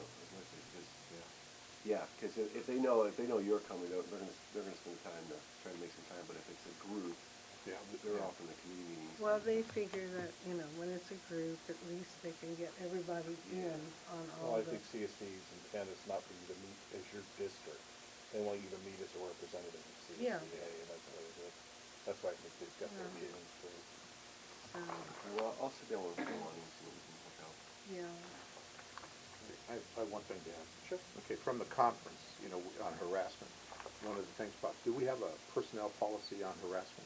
Is that in there? Yes, it's in the code. We do Okay, like. okay, did you double check it? Yeah, I Okay, did. okay, sounds good. That was one of the questions we didn't know. We shouldn't go to these conferences because then we come up with a whole litany of things. So before I talk about SDRMA, there were a couple of things that came up in the sessions that we were at. First one, I think is kind of directed at you guys, Colin. They were talking about board member liability. And one of the things that the presenter was adamant on was that in its Government Code 6104.5, says that resolutions, etc., must be passed by a majority of the board, not a majority of members present at a meeting. Could you double check on that for us? 6104.5. I will. We had a presentation on social media, which was really good. That's really good. Do we have a social media policy? We do. Okay. This is actually the same rule as cities. They have to be adopted by a majority of the council. So I would think that I'm not aware of a situation where the board has adopted this board's adopted a resolution with 2 votes and 3 board members voting. I don't know that we have, but. Can I say something? No, about it's that? got to be a majority of all 5. So it's got to be at least 3. So if you have 3 Yeah. people here, it's got to be Yeah. 3 votes. Yeah. Okay, Yeah. if that's what's coming up, that isn't the way Dennis said it. He says if you have 5 members, all 5 have to vote on essentially have to vote on the resolution. Well, that's impossible. No, that's fine. Yeah, so can I make a comment on that social media? If someone puts a negative response up there, we can't take it down. Yes, you can. I know, but We don't allow them, we filter it so that people I mean, can't do we have that in the directions? Yeah, it's filtered. Because they said you could be liable for taking down. No, you can't, we don't allow people, you can't count it. He said there were certain things you could take down, but You have to have that expressed in our Yeah, policy. You have to have that expressed in our policy. If we didn't, is that correct? It is. If you give the public the right to comment on your social media, Right. you can limit the topics, but not the viewpoints. Right, If you that's open it up to politics and somebody says vote for Mike, you can't take down a comment that says vote for Joe. Right. So we should look into that a little bit more thoroughly, make sure that we're not violating any of the regulations. Because she said it's really becoming more apparent every day. There's a new ruling that's coming up about taking things off the responses. You know what I thought was great while you're on that topic was that we do it right. Because it's like, if the reporters respond and talk to us, that we refer them to the president or to the general manager, and we keep out of it. I agree. And I like that. I think it's healthy. Also under the social media thing, the attorney was talking about email and using the fact that our personal emails, if they're district related, can be subject to PRA. She almost gave the recommendation that the district, that first of all, that we only have a district, we don't get stuff to our personal emails. The gist of what she was saying is that the district should probably provide each board member with a cell phone, a district cell phone, and that's how you get your emails rather than using our own, because, I get all my emails on my cell phone. I think that's worthy of some discussion in the study session as to what the cost and benefit, if we need to. Because I think Alan brought that up like 6 months ago, said we have to be cautious of the way the laws are going, and we should be really cautious of what's happening. I could go in, I keep some emails that I think are of relevance. And they say to delete. Yeah. I'm not comfortable. But it's interesting how many people raised their hands, said they had their own phone. Or that the district There's provided. only one No, guy that they provided, provided, that one guy. yeah. Only No, one I meant district the other. provided. This is currently pending in the Supreme Court, and the issue is whether emails sent from a private device are actually retained by the agency. When we get, Thank you, Colin. They said that, yeah. before. when we get a decision on that, we'll make sure to let you know how it Yeah, goes. but that'd be it's, interesting. an interesting case. And then just a couple other real quick things. Under board compensation, Richard P. O'Roda, our favorite attorney, other than our firm, we're talking about medical insurance provisions given to board members. A while back, we had put into our program, our benefits, the ability for us as board to buy medical insurance. Is that still? It's still in there. Yeah. No one's using it. We did discuss this, Yes, we and did. we decided that we'd leave it in there. Yeah. Because, you know, I mean, you pay the whole, fee. No, except you for paid- $100. Board member did. No, no, The I board mean, member paid like, the board member 80%, has. we paid 20. It was something like 80-20, right? It was like $100 fee. Yeah, it wasn't much for us to pay, Yeah. but we still have the policy, like, Yeah. no board members. Could you Yeah. put that on a study session? I have the opinion that we ought to take that off the book, take it off our That policy. is my recollection, is that that was the opinion at the time, was that we want to dictate perhaps with the next board, no telling who the next Right. board would be. Right. So Well- I thought we removed it. I want, No, let's we get some didn't. clarification on We that. should double Yeah. check and see if it's We didn't removed. remove it, I don't so think we should did, we have left it it, on. because we said Yeah. We did. that there Yeah. may be another board member that Right. may need to buy it, so Right. if we need discussion Yeah, on it it. doesn't we matter need- to me anymore, because I'm on Yeah. Medicare, Yeah, but. it'll never matter to me. Yeah. But that's a good discussion item. This is for the benefit of Director Perry. I asked this question about her board compensation. If a vendor takes the whole group to dinner and the reporting on her 700, Yeah. I said, how do you determine how much is charged to you? Do you divide it up equally amongst all the attendees, or do you have to report what you ordered? And he said, you have to report what you ordered. Okay, that's good. So remember up in Monterey a couple of years ago when so CRNR owes me some money. Yeah, because I had something for like $19, but my bill was like 80 because the management people had all these big meals. All those remember? people from Midway City ordered abalone, it was like $140 a plate.